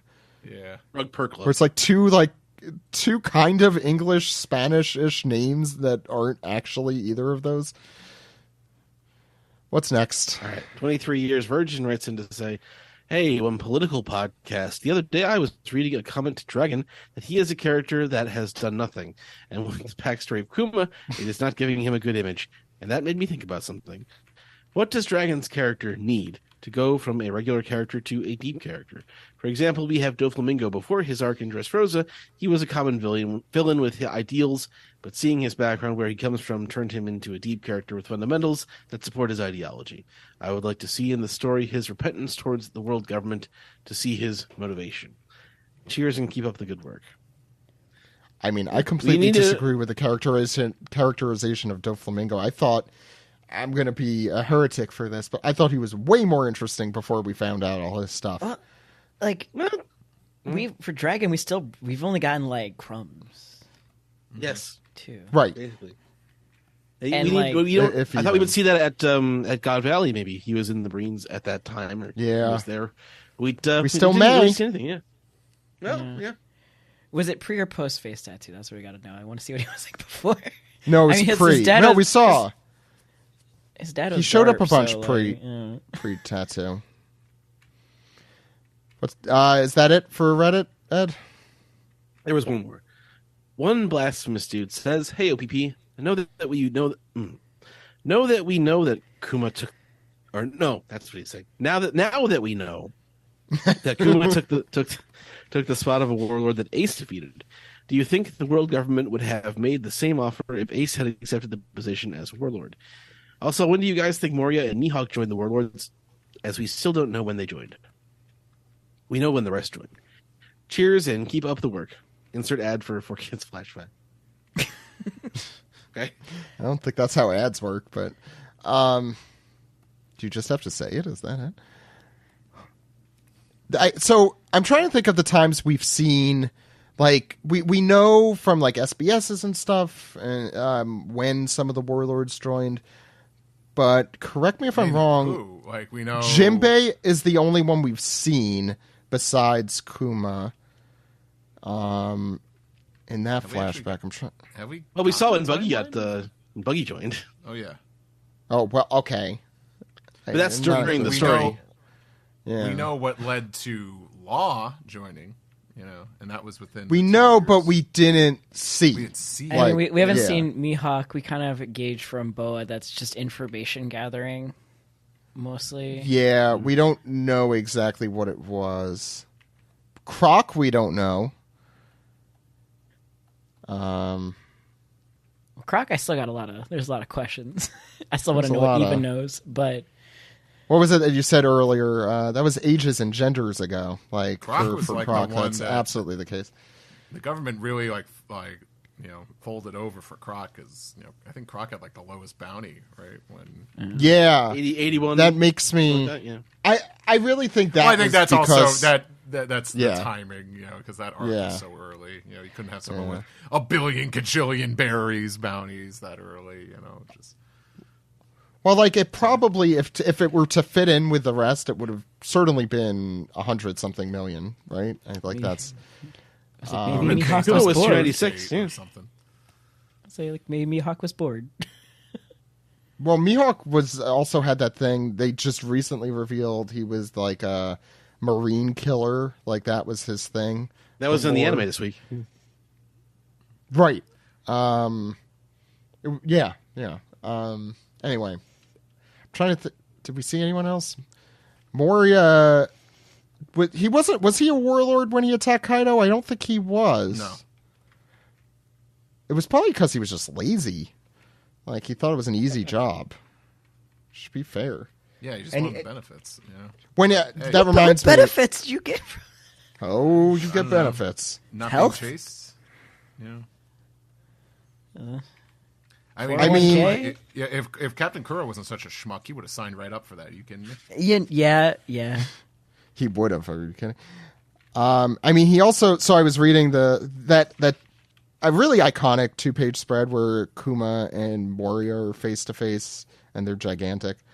Where he says the only member of the Seven Warlord who obeys the government like a dog, which shows a lot about how Moria sees it.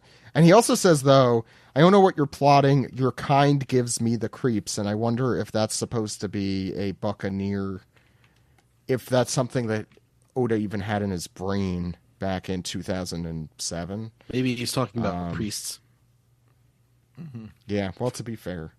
Carry the Bible around. Sorry to all the priests listening to our podcast. Ed, anything else Sing your for Reddit? psalms, thump your Bible. They're doing Warrior that. 316 says, I'm going to sit on my ass. No, that's it for Reddit. So it's time to Peace the tweet. Yeah. Piece the tweet time. There's one piece of tweet this week. It's from A Stars, who says, "Are there any characters you're shocked haven't shown up yet in the final saga, regardless of role? For me, I'm shocked Smoker hasn't been seen once yet." I mean, it depends, what are we considering final saga is also the question. I got. I want to Marvel, know, I'm happy. did they take the kids to see Dr. Baggy Pants yet? Right. Where did those kids end up?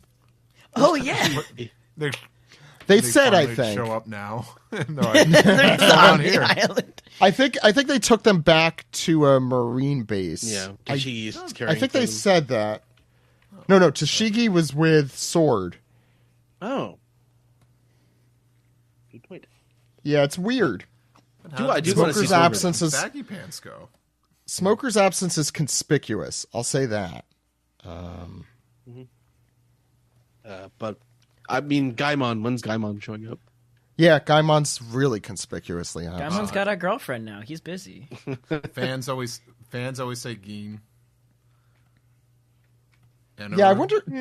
Here's a question: do you think we'll ever actually see Geen again in the story? I think so. I just want to see Geen having a nice meal at the buffet, chilling out. I was gonna say, do you think we'll see- pirating. What I mean is, do you think we'll ever see Geen in a prominent role in the story in the future? I guess. No. I damning words. I'm gonna say I don't think so, but never know. But He's less important. I'm not, than, like, saying- say Bellamy. Bellamy. Yeah, became I'm more not. I'm important. not even. I'm not even saying like as a powerful person. Just like will be there talking with the Straw Hats or something, or beyond like a background character. I could I could see him showing up at the Baratier again. Just Okay, so that would be a no. hey, I time to feel pay like. you back for the meal. I don't. something like that. To me, it doesn't feel like he's. Don't get mad at me. Important enough to like show up again.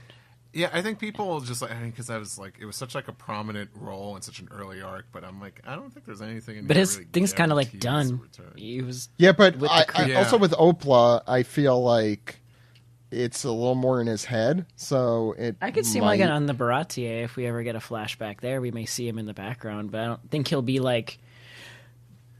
I think there's gonna be In like if we get like this huge like just montage of like past characters and stuff, which I'm sure we will. Yeah, I see Geen showing up in that. But Anyway, what's next, Ed? That was it for a piece of tweet. Oh, that was it. Sorry, I thought you said that, and then I forgot. All right, that'll do it for Piece Together. Why don't we round off?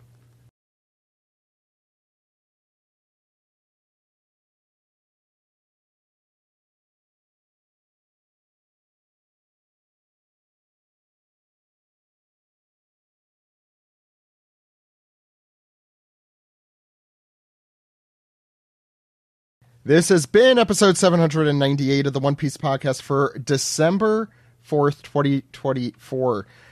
The year's almost done. We only have 2023. No, 2023 is almost done. Sorry. I'm skipping ahead. I'm ready to end this year. Yeah, I'm ready. I'm You ready and me to end both. next year too. Ready to end. Not just this year. 2024. Next year already. Yeah, it ain't gonna be fun. I'll say that. I know that. Anyway, wow, Steve knows the future. Anyway, we only have one more episode this year, and we're gonna have next week Momonosuke article joining us for his third biannual 99 episode the pre-100 whatever. He'll be on next week. We also have Miles Thomas, formerly of Crunchyroll, currently of All That Anime, on as well. And we're going to be going through chapter 1101, so I'm excited about that. We're going to then be taking a 3-week break during the holidays, but we have some really cool stuff for you, including some surprises and some 4Kids Flashback. So I'm going to let Steve talk a little bit about 4Kids Flashback and that podcast and the good work you and Tara have been doing. Oh, okay. Cool. I could plug the podcast, not plug whatever you got planned, huh? No, you don't even know what I have. I was going to put the Sean Conrad interview, though, because I thought that was a very you heard it here first, folks. Yeah, that's the plan. But yes, brand new podcast through Manga Media. We're doing. It's called 4Kids Flashback. It's a podcast where myself, along with Tara Sands, it's a retrospective, warts and all, covering 4Kids entertainment. Might be familiar with them. They did the first American English dub of One Piece and dubbed plenty of other anime you might be familiar with, like Pokemon, Yu-Gi-Oh, and so much more. And it is a podcast where we're going back, talking with the people who work there and learning about their experiences and getting just pretty much more an authentic look back on what went into 4Kids and trying to also answer some questions that have gone unanswered for so long. Sorry, I think there was a shorter way of saying that. Got there in the end. mysteries. That's 4Kids Flashback, yeah. Thank you, Steve. Check that out, 4kidsflashback.com. We also have like a lot of really amazing podcasts, both going on now and coming soon. I'd be remiss if I didn't mention Delaney is going to, our editor, who's editing right now, I assume, is doing their really cool podcast coming soon, the Lupin Theory, which will be on Manga Media soon. We also have Shoujo Sunday. They do amazing work. Please check them out as well. We have a separate feed for the SGS if you want your unfiltered Greg and Steven lo-fi kind of vibe thing going on. You could check that out and a lot more. That's all at maji.media or wherever you get your podcasts. Brodsky, where could the good people find you? Still, unfortunately, on Twitter. You can still find me at _0_snake, and pretty much everywhere else at Oive Brodsky. I was going to say, I said this last week, Brodsky, but whenever I read the Blue Sky URL BSKY, I just always read it Brodsky. So you could, it's really already there for you. You know, like it's laid out on a platter. Bluesky Brodsky. There's their name. Steve, where can people find you? You can find me at steveyurko.com, all social media at steveyurko, co-hosting the Let's Play channel, Prosy D Plays Games, over at YouTube. And yeah, that's it. 4Kids Flashback as well. Ben, where could the good people find you? Well, I am on Twitter, SE1N. And I've also recently joined an organization called Real Start, where we help young aspiring filmmakers get exposure and educate them about Hollywood and the entertainment industry. We are fundraising right now for our next year's classes to help these young aspiring filmmakers. So if you can help donate, please go to realstart.org, REELSTART.org. Will be much appreciated. And Ed, where could the good people find us? You are Zach_Logan on Twitter, and still is it Zach Logan on Blue Sky? It's Zach.OnePiecePodcast.com. And we're just OnePiecePodcast.com on Blue Sky. So that's right. I'm Edward D on Blue Sky. Podcasts can be found at the new and improved OnePiecePodcast.com. Our email address is OnePiecePodcast@gmail.com. Please subscribe to us on Patreon, as we said before, and you can subscribe on SoundCloud, on Spotify, on iHeartRadio, and please, as always, subscribe, rate, and review on Apple Podcasts. Or call us on our phone number, Zach.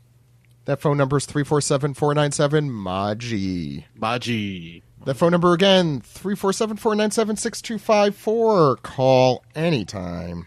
Anytime. With your questions, comments, theories, or what causes your hyperfixation fire, I know Brodsky's already calling in.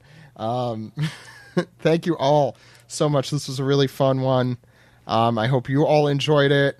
And we're ready to round off the year with our last regular episode next week and our recap of Chapter 1101. We'll see you then, everyone. My name is Zach.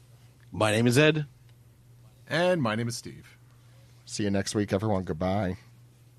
Bye-bye.